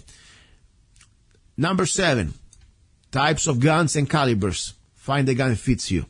Okay? Now, I don't want to go through all the guns. We already, my God, type so fast. But I want to give you just an idea. Everybody's different. Your body is different. Your hand is different. So there is not a gun that works for everybody the same. But there are guns, there are principles that are supposed to belong to anybody's guns. For example, your gun must be reliable. Okay? If your gun is a piece of trash, let's say it shoots 1 round yes and 2 no's, or even just out of a magazine you have a malfunction, that's not the right gun. Throw it away. Sell it. Or not even sell it. Just, whatever. Put it in the safe. Forget about it. Must be reliable.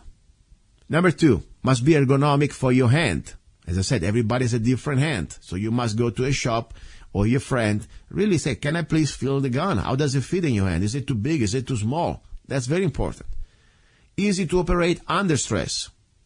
Some guns, they are very nice, but for me, they are like, you need to get a degree in technology before you can operate them. All this safety, single action, double action, forget about it. I hate it. That's why I like Glocks.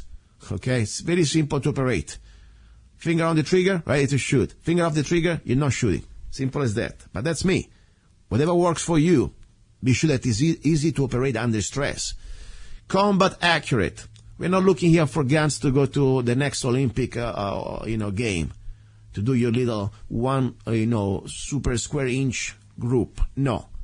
Talking about combat accurate, that is an accurate gun for combat situation. Okay, real life situation. So don't spend too much money on fancy barrels or whatever barrels and super fancy red dot. We don't need all this stuff. Okay, basics. Easy to clean, assemble, disassemble. Nothing else to say. I mean, if you have a gun, every time you need to clean it, you need to go to let's say, a technician or a gunsmith. That's not your gun. Keep it simple. Keep it consistent. What does it mean? Always carry the same gun with the same gun that you train with. Okay? There is a proverb or an expression. Be careful of the man who owns one gun. He may know how to use it. That's very important. If you start to train with different guns every time and you carry a different gun for what you train, you're going to be in trouble. As simple as that. Different options of guns. I'm not going to spend too much time. You got a revolver single action. Just forget about it for self-defense. My opinion, that's not your choice unless you really don't have any other thing. Okay, that's better than a rock, but not the first choice. Revolver double action. There are some benefits and some don'ts. We will talk this into the class. Semi-auto single action, like the 1911 type. It's a great gun, don't get me wrong, but there are also some situations that not everybody, in my opinion, is able to work correctly with this gun, especially in concealed environment, especially if you have, for example, purses of off-the-body garments or, let's say, concealed different areas. I would have never put a semi-automatic, for example, in a purse, okay, especially like 1911. Semi-automatic, double action, single action, like a Beretta 92. Talk about that too. Semi-automatic, double action only, like the 6-239 deck. Semi-auto striker fire type, Glock, my favorite. I know people say, what? You like Glocks? Yeah, I like Glock. All right. They're not very beautiful, but guess what? They work. Now, calibers. What is the best caliber? We will talk about calibers. We will talk about, first of all, different things you can do with calibers. And the principle is very simple. Whatever caliber you choose, be sure that you can handle the recoil. And it's better always to hit somebody with a 22. I don't want to say somebody, an aggressor with 22, than missing it with a 44 Magnum or a 45 ACP, okay? So no matter what, be sure your caliber works. But more important, don't forget, we have in an urban environment or whatever environment we have, we need to understand the over-penetration. So very important. So stay away from 44 Magnum or things like that. This is not a movie, okay? Now, very important, always check that the ammo has the right caliber for your gun, and you know how to check it. We'll talk about that in the class. Now, ammunition for self-defense.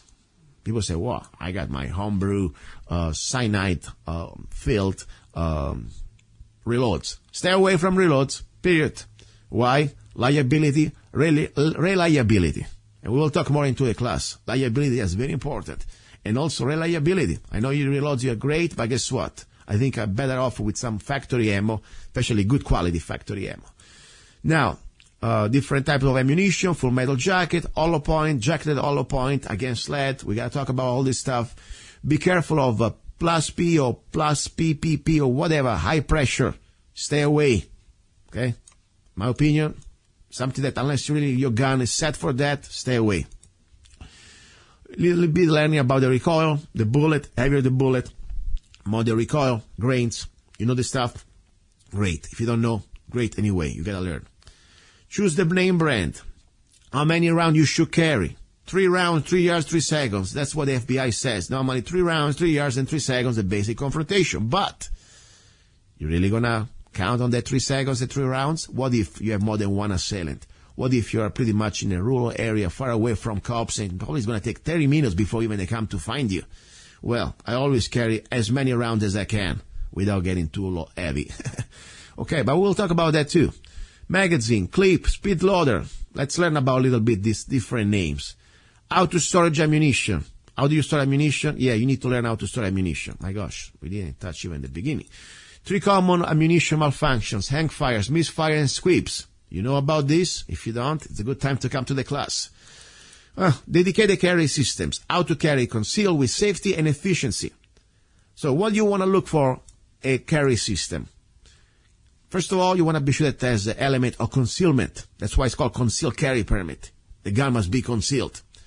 Then you want to have easy access. You don't want to have like spending 5 seconds or 6 seconds just to try to open that concealment. Must be immediate. Less than a split of a second. Retention. Yes, that holster or that system must retain the gun in a safe way. Don't want that it falls on the ground. And also you don't want that somebody, just can jump on you and get it easily from you. Level of comfort. You want to be comfortable. Otherwise you're not going to carry the gun. Period. And also must be safe. Some of these concealment, believe it or not, they are not safe to you or to others. And now we will talk how it's safe when the muzzle points at things that's supposed not to be pointed. Okay? Never point the muzzle, or let's put it this way, always point the muzzle in a safe direction. Let's say you have that vertical holster, shoulder holster, with a barrel pointed exactly to the person behind you. Let's say you go to you go to the grocery or to the bank. The person behind you in line is facing the beautiful muzzle of a 45 ACP on their face. I don't like that. Or let's say you have one of these sort of index, 1 o'clock, I call them, belt that goes directly to almost to your femoral artery holster. Okay? Put yourself on the belt 1 o'clock and facing directly the barrel down to your artery of your leg, of your femoral artery. That's really not a good place I like to put my barrel, in case there is a discharge. Anyway, so holster, what to avoid, what to look for. Men and women, different body configuration. Hip holster, what is the best? 1 o'clock, 3 o'clock, 5 o'clock, back carry 6 o'clock. Cross draw, pros and cons. Paddle holster against belt holster. Inside the waistband holster. My gosh, I brought a book here. Shoulder holster, pocket holster, ankle holster, belly bands. Off-body carry, purse, backpack, fanny pack, briefcases. No matter what, you have practice. Now, cover garments. Talk about that too. You want to be sure that they're comfortable, do not print the gun, they blend in with the environment around you, colors that better conceal, train at the range, how you carry. You see how much there is to learn? I'm just scratching the surface here. This class is going to be great. Seriously, I want to have law-abiding people out there trained, with guns. This is also, for me, it's a selfish way, yes, because I want to live in a safer society, not made safe just by the cops, because unfortunately, the cops, they can't do anything. They come always after. But what is really the final element of good against evil? It's a good law-abiding person with a gun, because that can be everywhere. So my little job here is try to get more of you guys out there on the streets with that knowledge, at least the beginning of your journey. And I always hope that you can continue this journey, getting more and more educated, more and more responsible, that, to carry a gun, it is not a hobby, it is not a sport, it is a right, but also it's a big responsibility. That's why I want you really completely with me, or at least anybody. Listen, if you want to do it with somebody else, that's fine. I'm not jealous, okay? But at the same time, I'm trying here my best. Every time I do something, I do my best. And I take this very seriously. This is not just teaching a class. This is something about huge responsibility. I'm going to do the biggest, the most depth, informed class I can for the time that we have. And of course, then I always invite you we can find more training. Now, time is already out. I haven't even scratched the surface. There's so much. I continue next Sunday. This is great. I really love it. I want you to go to arizona-ccw.com. Okay? arizona-ccw.com, or you can just send me an email, Zanna, Z-A-N-N-A, @zanna.us, or go to lovegunsfreedom.com, and you will find the banner. Send me an email, I'll tell you where we have in these classes. We have places in Kingman, in Lake Havasu. I'm organizing now a place also in Bullhead. Please, if you want to do a class, just call me, write me. And remember, free for single mothers and people with disability. How nice is that? A Merry Christmas to all of you. You're listening to Love, Guns, and Freedom with luca-zanna. I really enjoyed this hour. Now I'm going to go for hour number 3. It's going to be about love. It's Christmas after all. And I might have a surprise for you. Do not go away. Thank you very much, and talk to you soon. Don't tread on us. Do you want social justice? Now I give you social justice. The Zanna way. Don't trade on us the Freedom Rifle by Zanna. The most affordable military-grade semi-automatic AR-15 rifle in M4 configuration, chambered in 223 Wild that can shoot both 5.56 NATO and 223 Remington. 4 minutes of angle for just $499, made in the USA. Get your Freedom Rifle now. We need every law-abiding American armed with knowledge and at least one military rifle ready to defend good against evil. With every Don't Tread on Us rifle, you will get free parchment replica of the United States Constitution, free digital CD Don't Tread on Us, free ebook How to Become a Rifleman, free t-shirt Slaves Are Never Armed, I Am Not a Slave, free 30-round magazine where allowed by the law, free laser engraved ejection port Don't Trade on Us for just $499.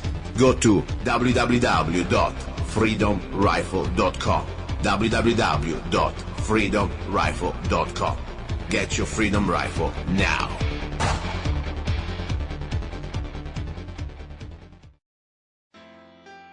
Have you ever met someone on an online dating site and thought, wow, this guy is perfect for me, or she is simply amazing, only to find out they were hiding a deep, dark secret? They plan to vote for Hillary.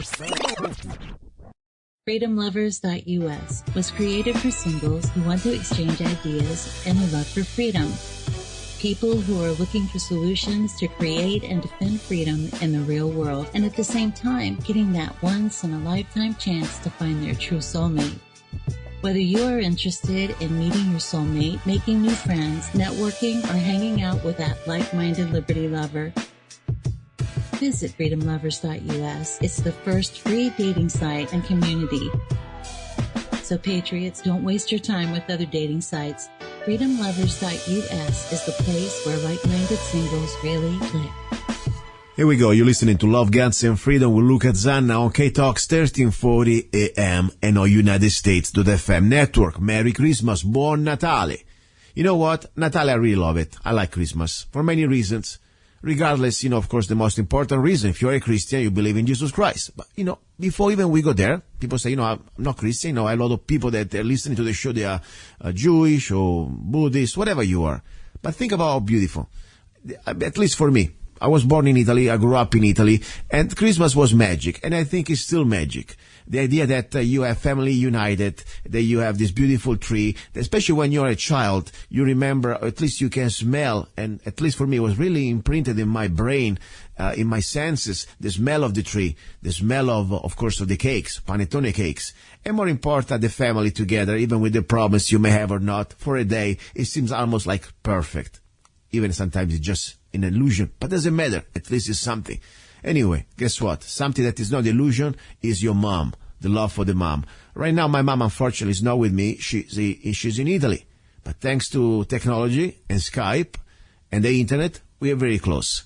And she's always on my Facebook page, and we talk and things like that. And I wanted to say today, for me, was an opportunity to say to her, Merry Christmas, Buon Natale, via the phone. Mamma, ci sei? Are you there? Yes, I'm here, Luca. How are you? Molto bene. Very good, mommy. It's funny because sometimes it's hard for me to speak English with my mom. Normally we speak Italian, but we will try very, very well. Mother, first of all, how is the weather in Italy? Is it cold? Come sta il tempo? Com'è il tempo? Okay, I understand your English. Okay, and my English is not good, but I try to speak to you in English. Okay, in Italy, in Roma, the weather today was a beautiful day. The sky was not so beautiful, but the sun was warm enough. Okay, and Christmas here is very special time. I think everywhere. For me, it's special because we can talk together, and it's so beautiful to. I am a little bit so. I want to say thanks to the Facebook, to the computer, all this stuff, I can talk with you, and so I feel you so vicini. Close, mother. So close. Yes. It is true. It is true. I was thinking about the same the other day. Even, of course, unfortunately, we have an ocean between, and we don't have time to spend. But I hear you every day. Sometimes I think we talk more today than when I was in Italy. Of course, I want you close as soon as possible. And, we are working on that. And I really want to say today, first of all, I always miss you. I love you. You're my mom. And I have that photo of us, that, at least on me. Remember the photo I posted on Facebook? I think I was 6 months old. It was same age, I guess. It was Christmas photo. You remember the day? That was my first Christmas. Am I right or wrong? No, your first Christmas, because, yes, you were 6 months old, so it was your first Christmas.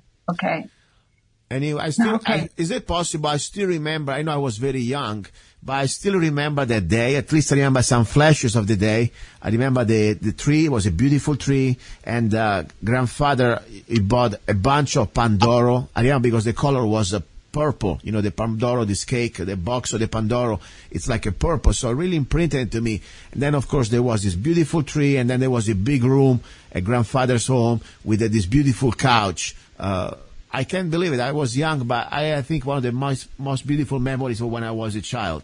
So I'm really glad that somehow we had that photo taken that day. That was something that brings me always these memories. What can I say, Mommy? I love you. I miss you, okay? Me too. I'm so proud of you, and I am proud of what you are doing there. And you have a lot of friends, a lot of followers, and I'm very proud of you, Luca. And I wish you Merry Christmas.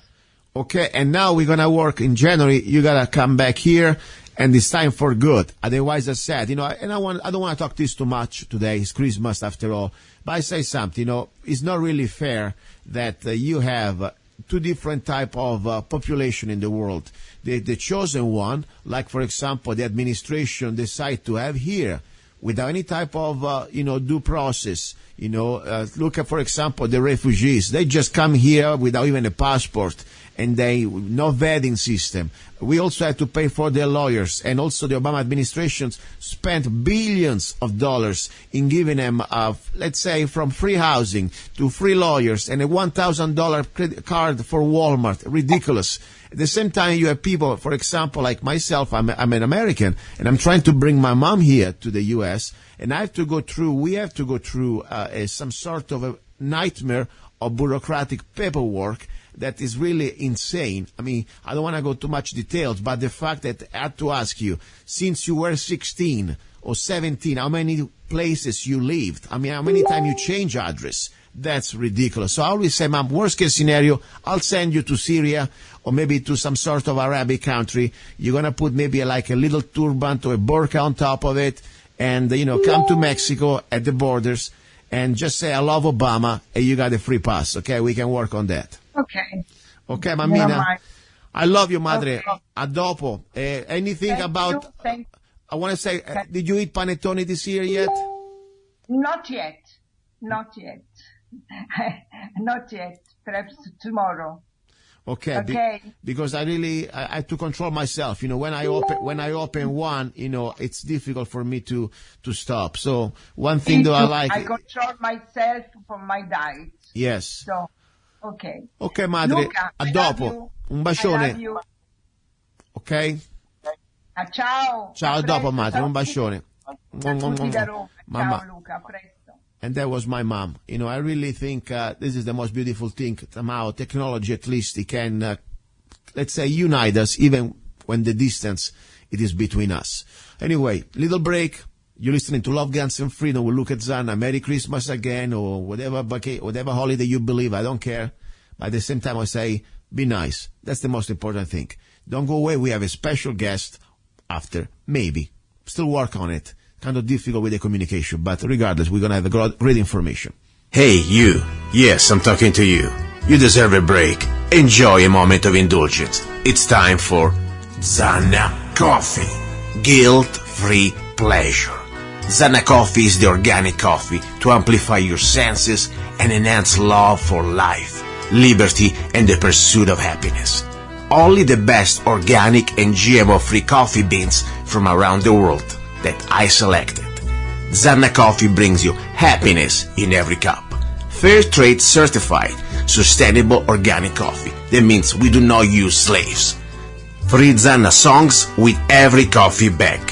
Find Zanna Coffee at www.zannacoffee.com. www.zannacoffee.com. Get your coffee bag now. Don't be cheap. Life is too short and you deserve the best. Zanna Coffee. And that was my mother from Rome, Italy. And I tell you, for me, really, no matter the distance, no matter the time, there are some connections, some bonds that they are stronger than everything. And one thing I really have is the connection with my mom.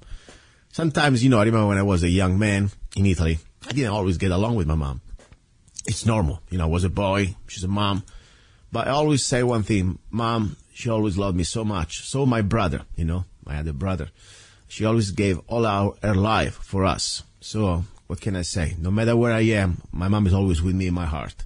Now, back to this hour. This hour is about love, as I said. I have a special guest that I've been trying very hard to work with. Unfortunately, she's a very unique woman, at least, little problem communications with technology. She's trying to figure it out how Skype works and her phone is broke. It's kind of a mess, but interesting. I don't think I'm going to have her today. Probably I'm going to have her next time. But regardless, I like really to always bring people from different perspective, different type of philosophies, religions. This is not about imposing my beliefs on you. This is about respecting each other's beliefs, period. There is always one condition. Be sure and better be that your religions or your beliefs do not try to infringe your minds. Simple as that. So beside that, I think we should pretty much, I welcome everybody. I have friends with every type of, let's say, different religions or even beliefs. Because after all, it's their beliefs. It's not mine. I don't impose mine. I don't try to force mine on others. And at the same time, I know my friends, at least people that I consider friends, or at least we communicate, they have their beliefs. They are not trying to enforce on me. This is the spirit. This is the spirit for me of also freedom. Because we should be free to believe in whatever we want without fearing, without being afraid. That's the problem, That's why I think, religion, unfortunately, in general, it is something that it is not good, in my opinion. I mean, I believe in Christ. I believe in God. I don't consider that religion. You may believe in something else. That's fine. But the point, when you have an organization, when you have a man, or a woman, whatever, that put himself or herself between you and your God, that's where, in my opinion, where the fraud flourish, when somehow power gets abused. That's very scary. This is since the beginning of time. I mean, think about the Incas, the Aztec, They found the way that the priests somehow could control the masses, and they, of course, they could constrain millions of people, thousands of people for sure, to be sacrifice themselves to their gods. Human sacrifice. Of course, people, the priest says so. You gotta say what the priest says. So I say screw the priest. Seriously. And don't get me wrong, there are some good priests out there, some good preacher. I'm sure they are. But I chose that I do not want any man between me and my God. That's it. This is my personal choice. You like it or not, that's not the point. Now, my point here also is I'm trying to bring you, for example, different type of philosophy, different type of religions that normally we don't hear much. Today's guest, she's from Denmark, or at least she's supposed to be today's guest, but unfortunately she's still trying to work hard on putting her stuff together, but we will go next Sunday, no problem. Anyway, we were supposed to talk about paganism. What is a different belief, in North Europe? Because sometimes people forget, before Christianity, there used to be other religions. And some of these populations, some of these cultures, these tribes, like the Germans, the Saxons, of course the Norsemen, people from North, people from Norway, Sweden, they never really, not everybody comply or let's say change or let's say converted to Christianity. For centuries, they still kept their beliefs. And it's not my job yet to judge anybody just because they don't believe in Christ. That's my personal belief. But hey, you can believe in whatever you want. It is not my job. And I really believe when Christianity, during the centuries, or at least people, I don't want to call it Christianity, people who are using and abusing the name of Christ to convert with force others, this is a fact too. I mean, look, for example, what they've done, some of these people, the popes, they were evil bastards. Some of them, they still are. The point, they are a theocracy. Okay? So my point is, they weren't Christians. They were using the name of Christ for their political or economical gain. And this is a former Catholic. This is not just some guy, born in some country that, I was born Catholic. I grew up Catholic, and I never liked the idea. So even when I was a Catholic, that I have to bow down to another man. And I never did. And I always had my little, conversation between me and my mom and my grandmother too. I say, wait a second. That guy is a man. I don't care. He's an old man. Yeah, I respect him for the age. Not because he has a ring, he has a funny hat. I'm going to bow down and kiss his ring. Screw him. Of course, I got slapped. But the point is, no. That's my point. Even Christianity, or at least people using the name of Christ, they were abusing it. And today still, you see, for example, some people that consider themselves Christians, they love to judge others. They love it. Just because that person doesn't conform to your stereotype or doesn't conform to your belief. Wait a second. Who are you to judge others? I am not really a professional into scriptures because I'm trying to study. I'm humbly consider myself a sinner, of course, like we all sinner in some ways. More important, I'm not somebody that has the audacity or the pretense to say, I'm going to read the scripture to you, because I'm nobody. But I tell you, I can read English, and I can read also Italian and Latin too. And I read Matthew, for example, 7:3. And when people like to start to judge other people with other religions or other beliefs or whatever, especially when the condition is met. And what is the condition that we must meet? They do not infringe on your rights. That's the bottom line. They're not trying to push on you their beliefs. They just try to mind their damn business. So, for those people, Christ has some words, at least according to my interpretation. Matthew 7:3. Why do you look at the speck of the sawdust in your brother's eye and pay no attention to the plank in your own eye? How can you say to your brother, let me take the speck out of your eye, when all the time is a plank in your own eye? Hypocrite. That's what it is. You are hypocrite. So, for all the people that judgmental others, when they having their own lifestyle or beliefs or whatever, you are an hypocrite. You need to look at yourself. Now, that's my point. So that's why I said this is a little bit about religion. I know maybe some of you may think I'm a bad Christian. I don't know. I don't care. Whatever you think, I don't care. I am a Christian. I believe in Christ, but I do not want the middleman. I go straight to the source. That's my bottom line. And no, I'm not here to judge or convert anybody else or tell you what to do. That's why it's called freedom. That's why we have free choice. That's why it's up to you to decide what you want to do, what you want to believe. The only thing I ask you, though, please don't you dare to push your beliefs on me. Simple as that. Whatever you are. Of course, there's some extreme that they will be met accordingly. I mean, somebody just come to my front door and start to bring me a bunch of brochures. I'm going to tell him nicely, do me a favor, just get out of here.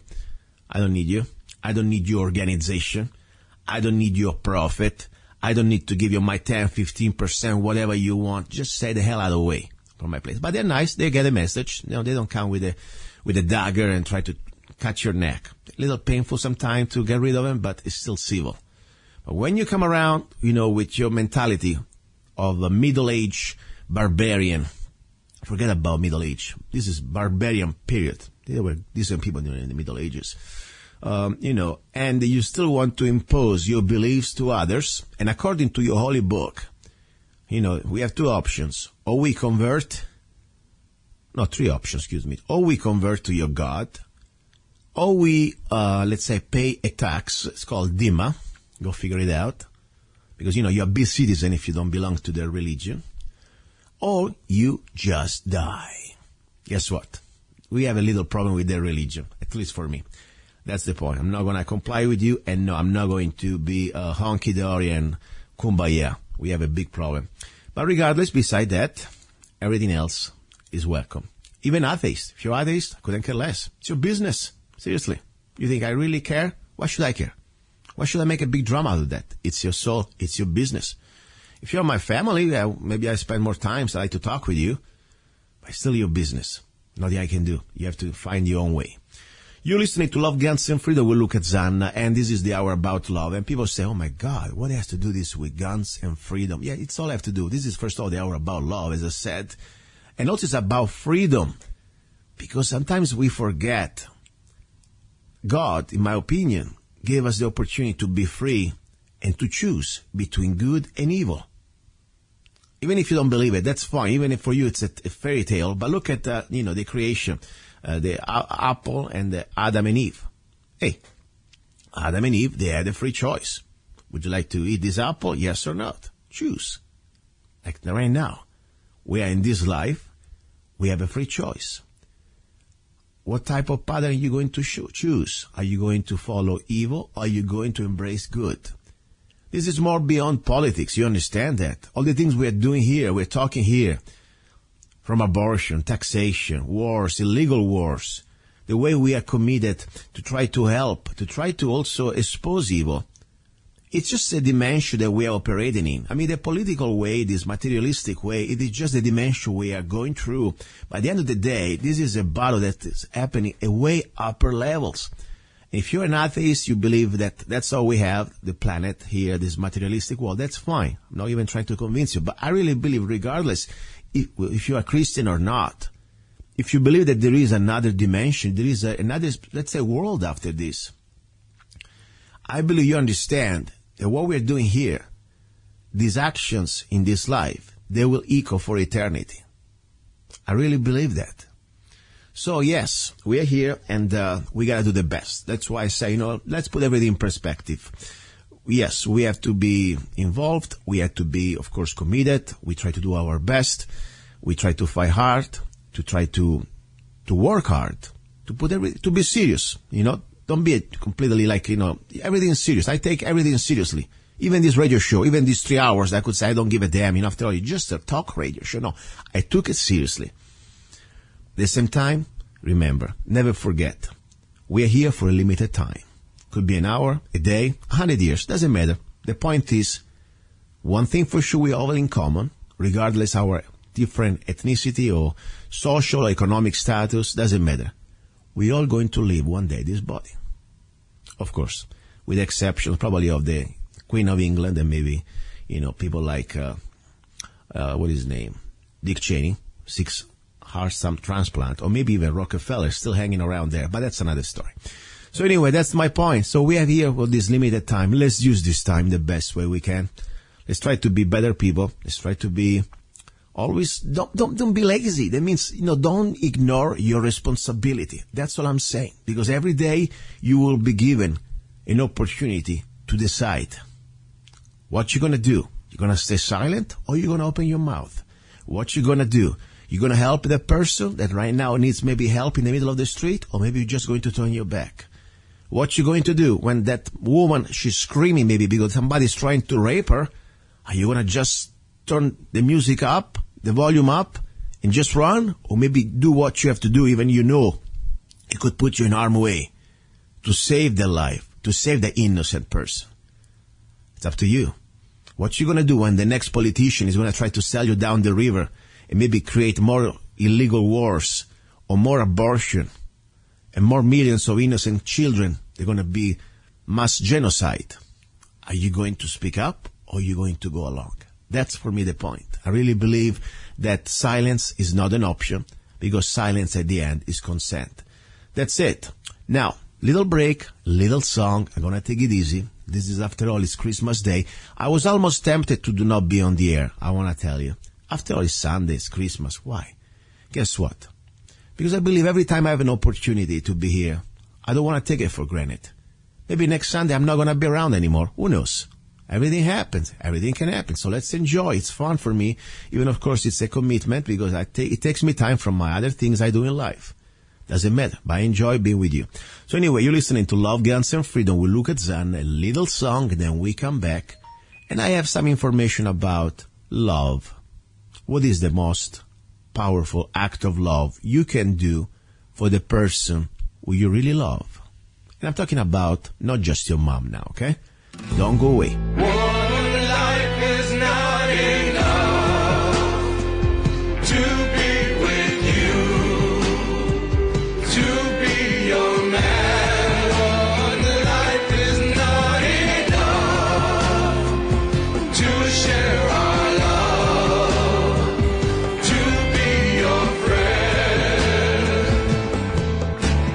Vieni con me tra le mie braccia, non mi lasciare più sospirare, senza dolore non c'è il tuo respiro è melodia che nel mio cuore diventa poesia. Tu sei la gioia della vita mia. One life is not enough to be with you, to be your man. One life is not enough to share our love, to be your friend.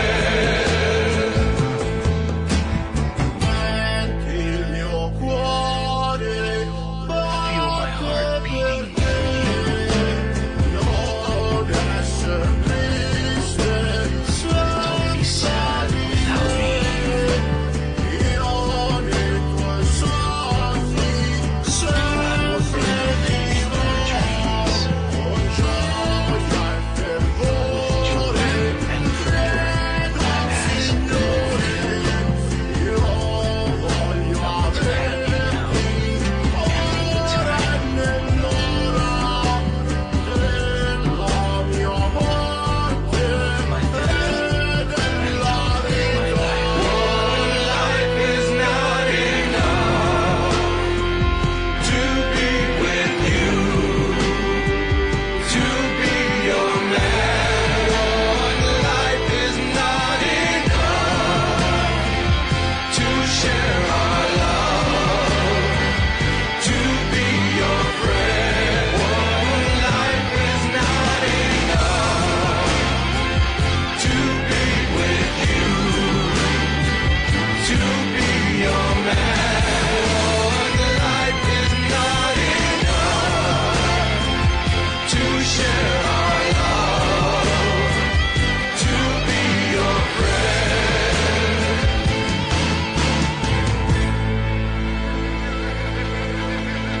That was One Life Is Not Enough, music and lyrics by Gianluca Zanna.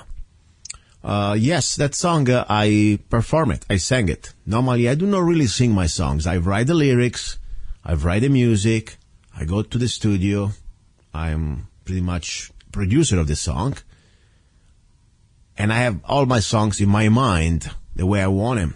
And then, of course, I put them out. But normally when I come to the singing part, I get somebody that is a professional, especially with the English language. You know, I don't want to make my songs sound like a soprano or some sort of a Godfather movie, okay? But the point is that one I sang it myself. And I like it because it's, the song is sang in Italian, part of it. I mean, there are some, of course, the lyrics of the verses is in Italian. And then, of course, there is some sort of a second voice in English.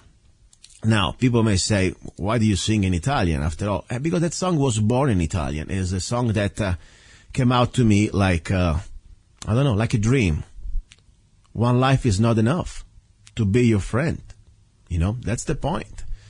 So that's my point. I really believe that sometimes, love, it is something so important that we need to understand we are also connected to our emotions. And our first emotion that we have, I really believe, it's also called jealousy and selfishness. Sometimes we love because it's about us. It's not about the other person. I really believe that. So I came out with the conclusion that probably the most important form of love that you can prove, you can show to that special person out there. And in this case, I'm talking about, of course, not your mom, talking about a physical and more, let's say, man-to-woman love. And in case you are not straight, man-to-man, woman-to-man, whatever, I don't care. The point is, I'm talking about now regular, average, basic humanity, human, romantic love, okay? It is when you are so happy for them, even when you know that you're going to lose that person, but you're happy because they're happy, even against the fact that you may lose that person and probably it's not going to be any more part of your life. So true love for me means when her happiness is more important than mine happiness, even if she's gone. So people say, wow, what the heck? Yeah, this is pretty much the point. I mean, it's easy to love somebody when he's with you. It's easy to love somebody when she's the person that you always wanted. After all, you love her and she's with you and you make love and she cooks for you and all the beautiful things you can imagine, blah, blah, blah. But when that person you realize she cannot be yours, and I don't know, I don't want to go into details, how, why. I mean, that's not the point. Could be anything. Could be distance, could be, unfortunately, life, could be also maybe she's committed to another person. Maybe she realized that you don't get along or she doesn't get along with you. Okay? Doesn't matter. The point is, it cannot happen. You could push it, but why? To make her miserable? You don't want that. It is not about my personal life right now, okay? I'm just talking in abstract. I don't want to start to a conspiracy. Oh my God, who is that person? Ran from you. Okay, please. I had in my life, since I was probably 15, a pretty much active love life, okay? But I went through stages like that in the past. Yes, I had situations like that. Right now, I'm just talking generically. After, 48 years old, I started to think a little bit, say, how is really the final act of love that you can show that to that person, that you are not selfish, that you want her happy or you want him happy, even, of course, if that's going to create to you some sorrow. That's the story. People say, wow, this is supposed to be a guns show. Yeah, we talk about guns too during the second hour. And, I always talk about guns, but it's also about love. And I tell you, probably as I said many times, I don't want to sound corny, love is the most powerful, listen to me, the most powerful weapon that we have. The gun, everybody can shoot a gun. I mean, a monkey can shoot a gun, okay? Some training, you can shoot a gun. But how you really can motivate yourself to commit yourself to use the gun for good, even if sometimes means risking your life, to be probably your last act of this life. It could be anything. To stop a criminal, to stop an evil act, evil deed, or even just to fight for your freedom. Think about people, for example, in Europe, when the resistance, they were trying to, against all odds, fight the invaders or the tyranny. They know they can die. They know they can be murdered. They can be even, for example, tortured. And they still go out there. That's because it's called love. Love for freedom. Love for life. Okay? Also to defend your family. I mean, think about it when the villages, they were invaded, by different populations. Could it be the Romans or could be the barbarians? Doesn't matter. You see, mom and the baby, maybe, or the mom herself put herself between the swords and her babies. I mean, this stuff is real. I can see there, and the same story, why do you think the dad was ready to use his sword or his rifle or his musket, whatever, to defend his family? Because he was motivated by love. It wasn't just because he wanted to shoot at things or, fight things. It's always about love. That's the reality. So One Life is Not Enough, music and lyrics by luca-zanna, copyrights 2013 ASCAP. Now, luca-zanna Music Publishing. This is all mine. Can you believe that? I write the songs, I produce them, I compose them, of course, and also publish them. And you can also purchase them on Amazon.com. Also, if you go to zanna.us. Yes, I'm pitching it. Why? Because believe it or not, nothing is free. This is not the government that robs your money without your consent. Here on the station, KTOX, and in general on Love, Guns and Freedom, we ask you for your help. We ask for your help, okay? That's the reality. So, if you want to support and, get this song, go to Amazon.com or zanna.us and you can get this song. Now, a little bit about the lyrics. People ask me already, they're writing me, I didn't understand all that Italian you were talking. Okay, let me read it to you, okay? So you know this song exactly what's talking about. One life is not enough to be with you, to be your man. Pretty explanatory, self-explanatory. This is English. One life is not enough to share our love, to be your friend. My gosh, I'm a poet. Vieni con me tra le mie braccia. Come with me in my arms. I say again, come with me in my arms. Well, you can understand whatever you want. I don't want to tell you more because this is, after all, it's a show on the air, okay? Non mi lasciare più sospirare. Excuse me. Don't leave me sighing again. Senza dolore non c'è l'amore. There is no love without pain. And no, I'm not talking about BDSM stuff, okay? I mean, if you want to do that, that's fine. If you want to, sometimes I want to beat you up a little bit, but I'm not into that stuff. I am not into pain in that way. This is a symbolic, generic, allegory, senza dolore non c'è l'amore. There is no love without pain. If you really love somebody, unfortunately, you're going to have some pain. Il tuo respiro è melodia. Your breathing is melody.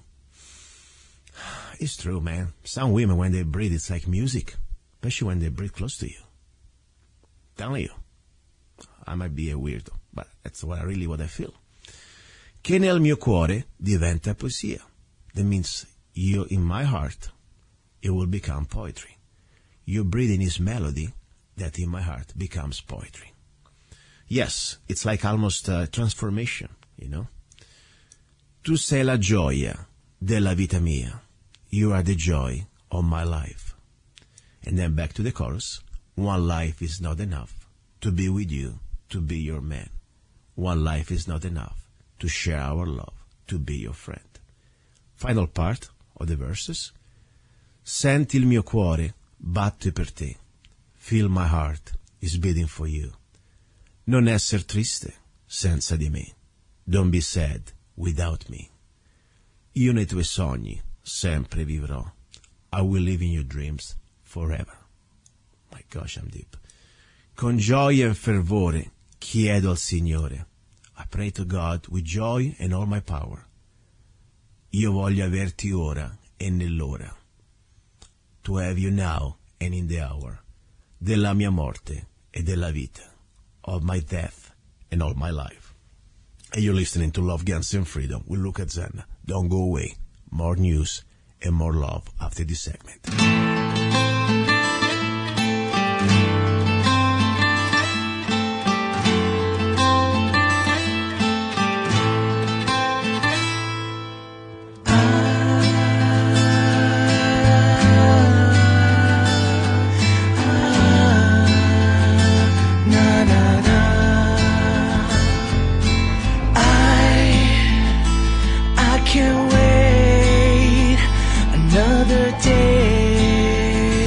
Without you, and I can't survive. Just give me a chance one more time. You are my sunshine in these dark times. You're my eastern star. Yes, you're my light. You are my life. Don't let me die. I can bear the pain, baby, but I can't survive without you. Another day without you. Another night without you. Another day without you. Another night without you. Another day without you. Another night without you. Another day without you. Another night without you.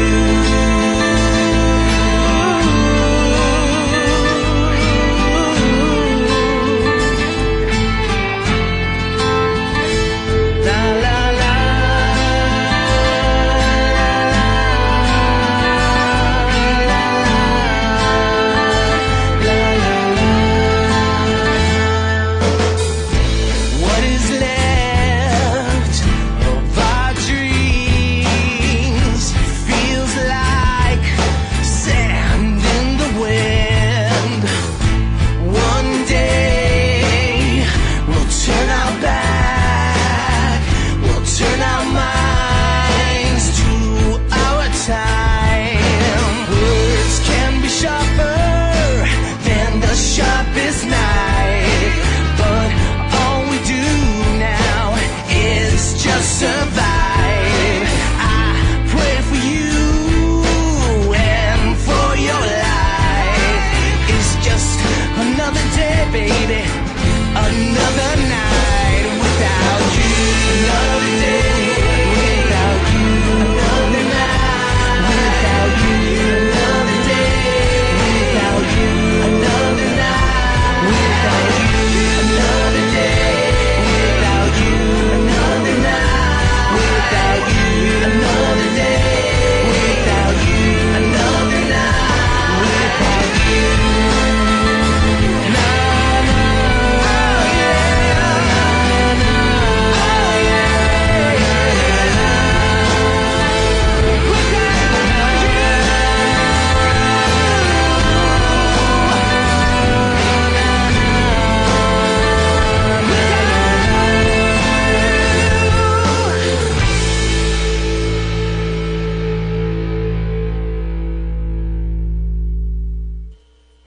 He's a songwriter, a poet, a rifleman, I'm not afraid. and a constitutional activist. I'm not afraid. Italian by birth, I'm not afraid. American by choice.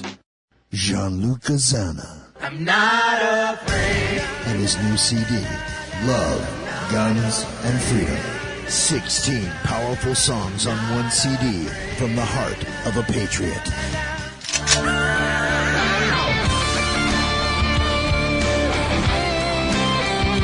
For download or to order the CD, go to www.lovegunsfreedom.com. That's www.lovegunsfreedom.com. Lyrics for your mind, music for your heart. Luca-Zanna's new CD, Love, Guns, and Freedom. Here we go. Here we go. You're listening to Love, Guns, and Freedom with luca-zanna on KTOX 1340 AM in all United States to the FM network. This is the final hour, the hour about love. And normally in this hour we do different things, of course. And today I want to talk to you about food, of course, recipes, but it is not going to be the typical pasta recipe. As you can hear, I'm in my kitchen, just to remind you the noise is true. It's my pot. And today I wanted to share with you something that is a little different from my typical pasta recipes. We are talking today about farro, F-A-R-R-O, or farro, according to the ancient Romans. What is farro? Well, farro is, let's say, a very ancient grain before wheat. Wheat, after all, was it's some sort of a new modification of these ancient grains. Okay, it's a modern grain. Farro was since the time of the Egyptians, since the time of the Romans. And why it's so good, in my opinion? Because first of all, it has a very complete variety of fibers, vitamins, minerals, carbs, of course, complex, and also some good proteins. And also historically, especially at least for people like me, I guess, I mean, I run very well on farro. It is something that it works very well with some, let's say, part of population that I believe there's some sort of genetic ancestry DNA reconnecting to the roots. For example, Roman people, they used to have farro as their main portion, as the main meal, especially the Roman soldiers when they used to travel and march for miles. The Roman soldier used to march about an average of 30 miles at least with the big 80 pounds bag and swords and armor and everything else every day when they used to do during the campaigns. So it took a lot of course, energy, a lot of, let's put it this way, a lot of power for their muscles. And so also the Roman gladiators, believe it or not, they used not to really eat much meat, but the Roman gladiators, they used to be much more into grains, like farro. This is according to, of course, the latest repairs of Ephesus. They found the bones of Roman gladiators, and through the bones, they were able to figure it out what type of, diet they had. Now, let me just 1 second organize here the situation with the pot. 1 second, stay here. I have a pot with some oil. Okay. I put beautiful steel pot, oil, and I have some chopped onions.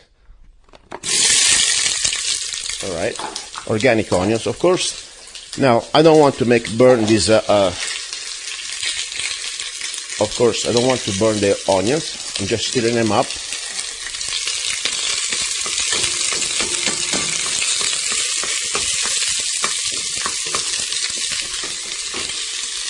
Okay, and last night I soaked for about 24 hours about 5 cups of farro. 5 cups of farro, man, I can eat out of that probably about 3 days if I really stretch it, but for sure 2 big days.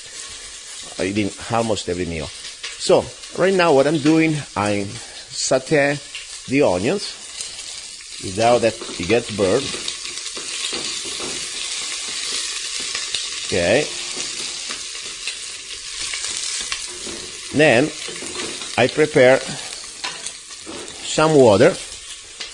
Normally I use water ready to go from my well, purified from my well. Okay. But before I put the water, I am preparing the farro. Here we go. I drop the farro inside. So, what we have here, it is farro inside the pot with the onions, and now I start to add water, okay? You add water like almost you were doing rice. That's the idea. You want to add water, being sure that you stir the farro, be sure that it doesn't get sticky to the bottom of the pot, okay? Depends how long you've been, let's say, soaking the farro. You will probably need about, depends, as I said, could be 1 hour, could be 2 hours, the cooking period. We don't know. Now, I don't want to let you pretty much hang with me the whole hour.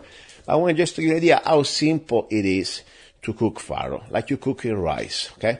It just takes a little more preparation, just takes a little more time into the soaking the night before. And then, of course, during the cooking, you must be sure that you don't eat raw farro. Now, this is just a basic way to make it, that you can use this farro as a base for every type of meal, okay? But what I'll do during the cooking time, I will add a little bit of sea salt, okay? And then, of course, if you want, you can also add a little bit of ground pepper, I like to, but not necessarily. Now, when you have the farro already like that, just boiled, at that point you can get creative. You can, for example, refry it with beans. You can refry it with pieces of chicken. You can refry with vegetables. You can make your own little farro sauce. Let's say you want to get, for example, some garlic, extra virgin olive oil, some spice, and stir fry everything with that. it can be really, really versatile, okay? But I tell you, when I eat farro, I feel like a freaking monster. I can stay all day, active, working. I don't eat meat. I really don't like meat very much. Farro gives me much more energy. It makes me feel very healthy. I don't know. Something I wanted to share with you, okay? Just open your mind and maybe give it a try, okay? It is not your typical pasta. It is called farro. Where can you buy it? Well, right now you can find it on Amazon or other places. And I will find a way to get you also some farro directly from Italy myself. But meanwhile, just shop around, okay? Farro. Farro. And this was the segment for Cooking with Luca. And you're listening to Love, Guns and Freedom on KTOX 1340 AM. Ciao. It is that time again. 1776, the organic coffee to brew a revolution. Brought to you by Zanna Coffee. 1776 is the best organic and GMO-free coffee beans blend from around the world to amplify your senses and enhance love for life, liberty, and the pursuit of happiness.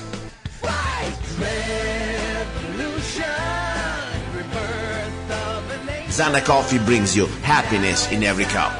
Fair trade certified, sustainable organic coffee. Free Zanna songs with every coffee bag. Get 1776 at www.zannacoffee.com.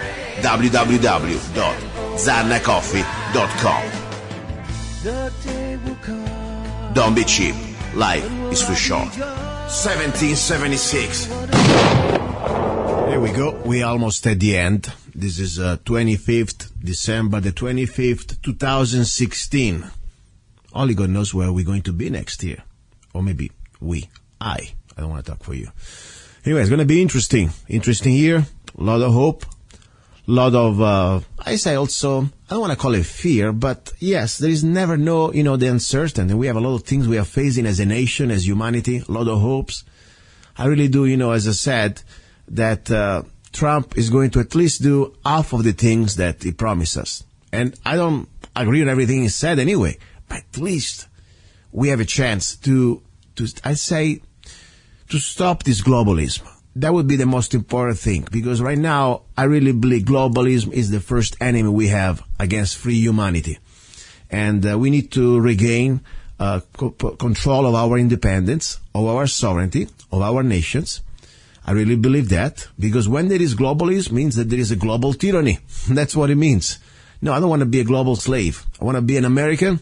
I want for people in Germany to be proud Germans, people in Norway to be proud Norwegian, people in Italy to be proud Italians. At the same time, we can get along. We can unite as humanity, of course, but we have our own countries, we have our own laws, traditions, heritage, and we can always say, I don't like here, I go there. Great. But no, I don't want to be a global puppet slave of the international bankers. That's a fact.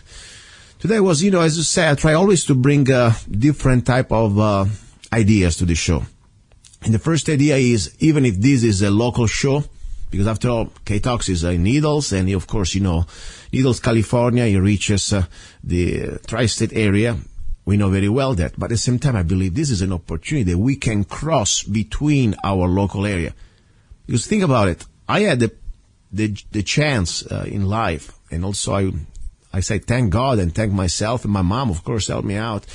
When I was young, she always say, follow your heart, I had to travel, to go around the world, to meet different people, different realities. And that's why I came to America. I say, this is my place. Because I've seen it everywhere else, and I tell you, as much as places can be nice, this is the best thing we have. But at the same time, I say, many of you, maybe guys, that, because of life, didn't have the opportunity I had. Or even just created the opportunity, because I didn't really have an opportunity. I work hard every time I wanted to leave, but I was a single guy. I could travel around the world. I didn't have a bunch of kids waiting for me, so I could do that. So anyway, bottom line is, I want to bring you this opportunity to meet and listen and learn from other people from around the world. That's pretty much, I really like that part of the show. It's getting more and more into my skin, seriously. So I know that I have people listening right now from different parts of the world, Germany, England, Scotland. I want to say thank you, and please, I want to have you on the show. Just don't think because we are here in Mojave County, Arizona, or Needles, or Laughlin, or Bullhead, means that you're not part of the show. We are all united as human beings against tyranny, against evil. That's the bottom line. That's the purpose of the show. We do not, I show it to you, we don't need to agree on everything. We don't need to even be part of the same religious group or whatever. I don't care. Normally, I never even talk about religion on the show. It is my personal, humble journey. It's my belief. I don't try to even impose it into you. At the same time, yes, we can also talk about religion. We are free to talk about everything we want. Seriously. And that's the idea. And I like this. For example, we were talking before.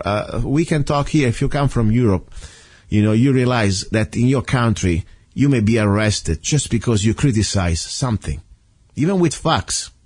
Look at that mayor in France. Just because it said that 91% of the new immigrants, they are Muslims and they're replacing the locals, now is charged of a hate crime. Think about that. Hate crime. Just because he said a fact. It's statistics. So we need to be really treasuring this opportunity that we have still in America. It's not an opportunity, it's a right. It's a God-given right. It's called freedom of speech. If you don't believe in God, that's fine. It's a right, a natural right, okay? We have this one. Not many other people around the world can have the same right, unfortunately. They're supposed to have it, but unfortunately government work it out that it's just a privilege, okay? That's the story. So we're here. Let's enjoy it.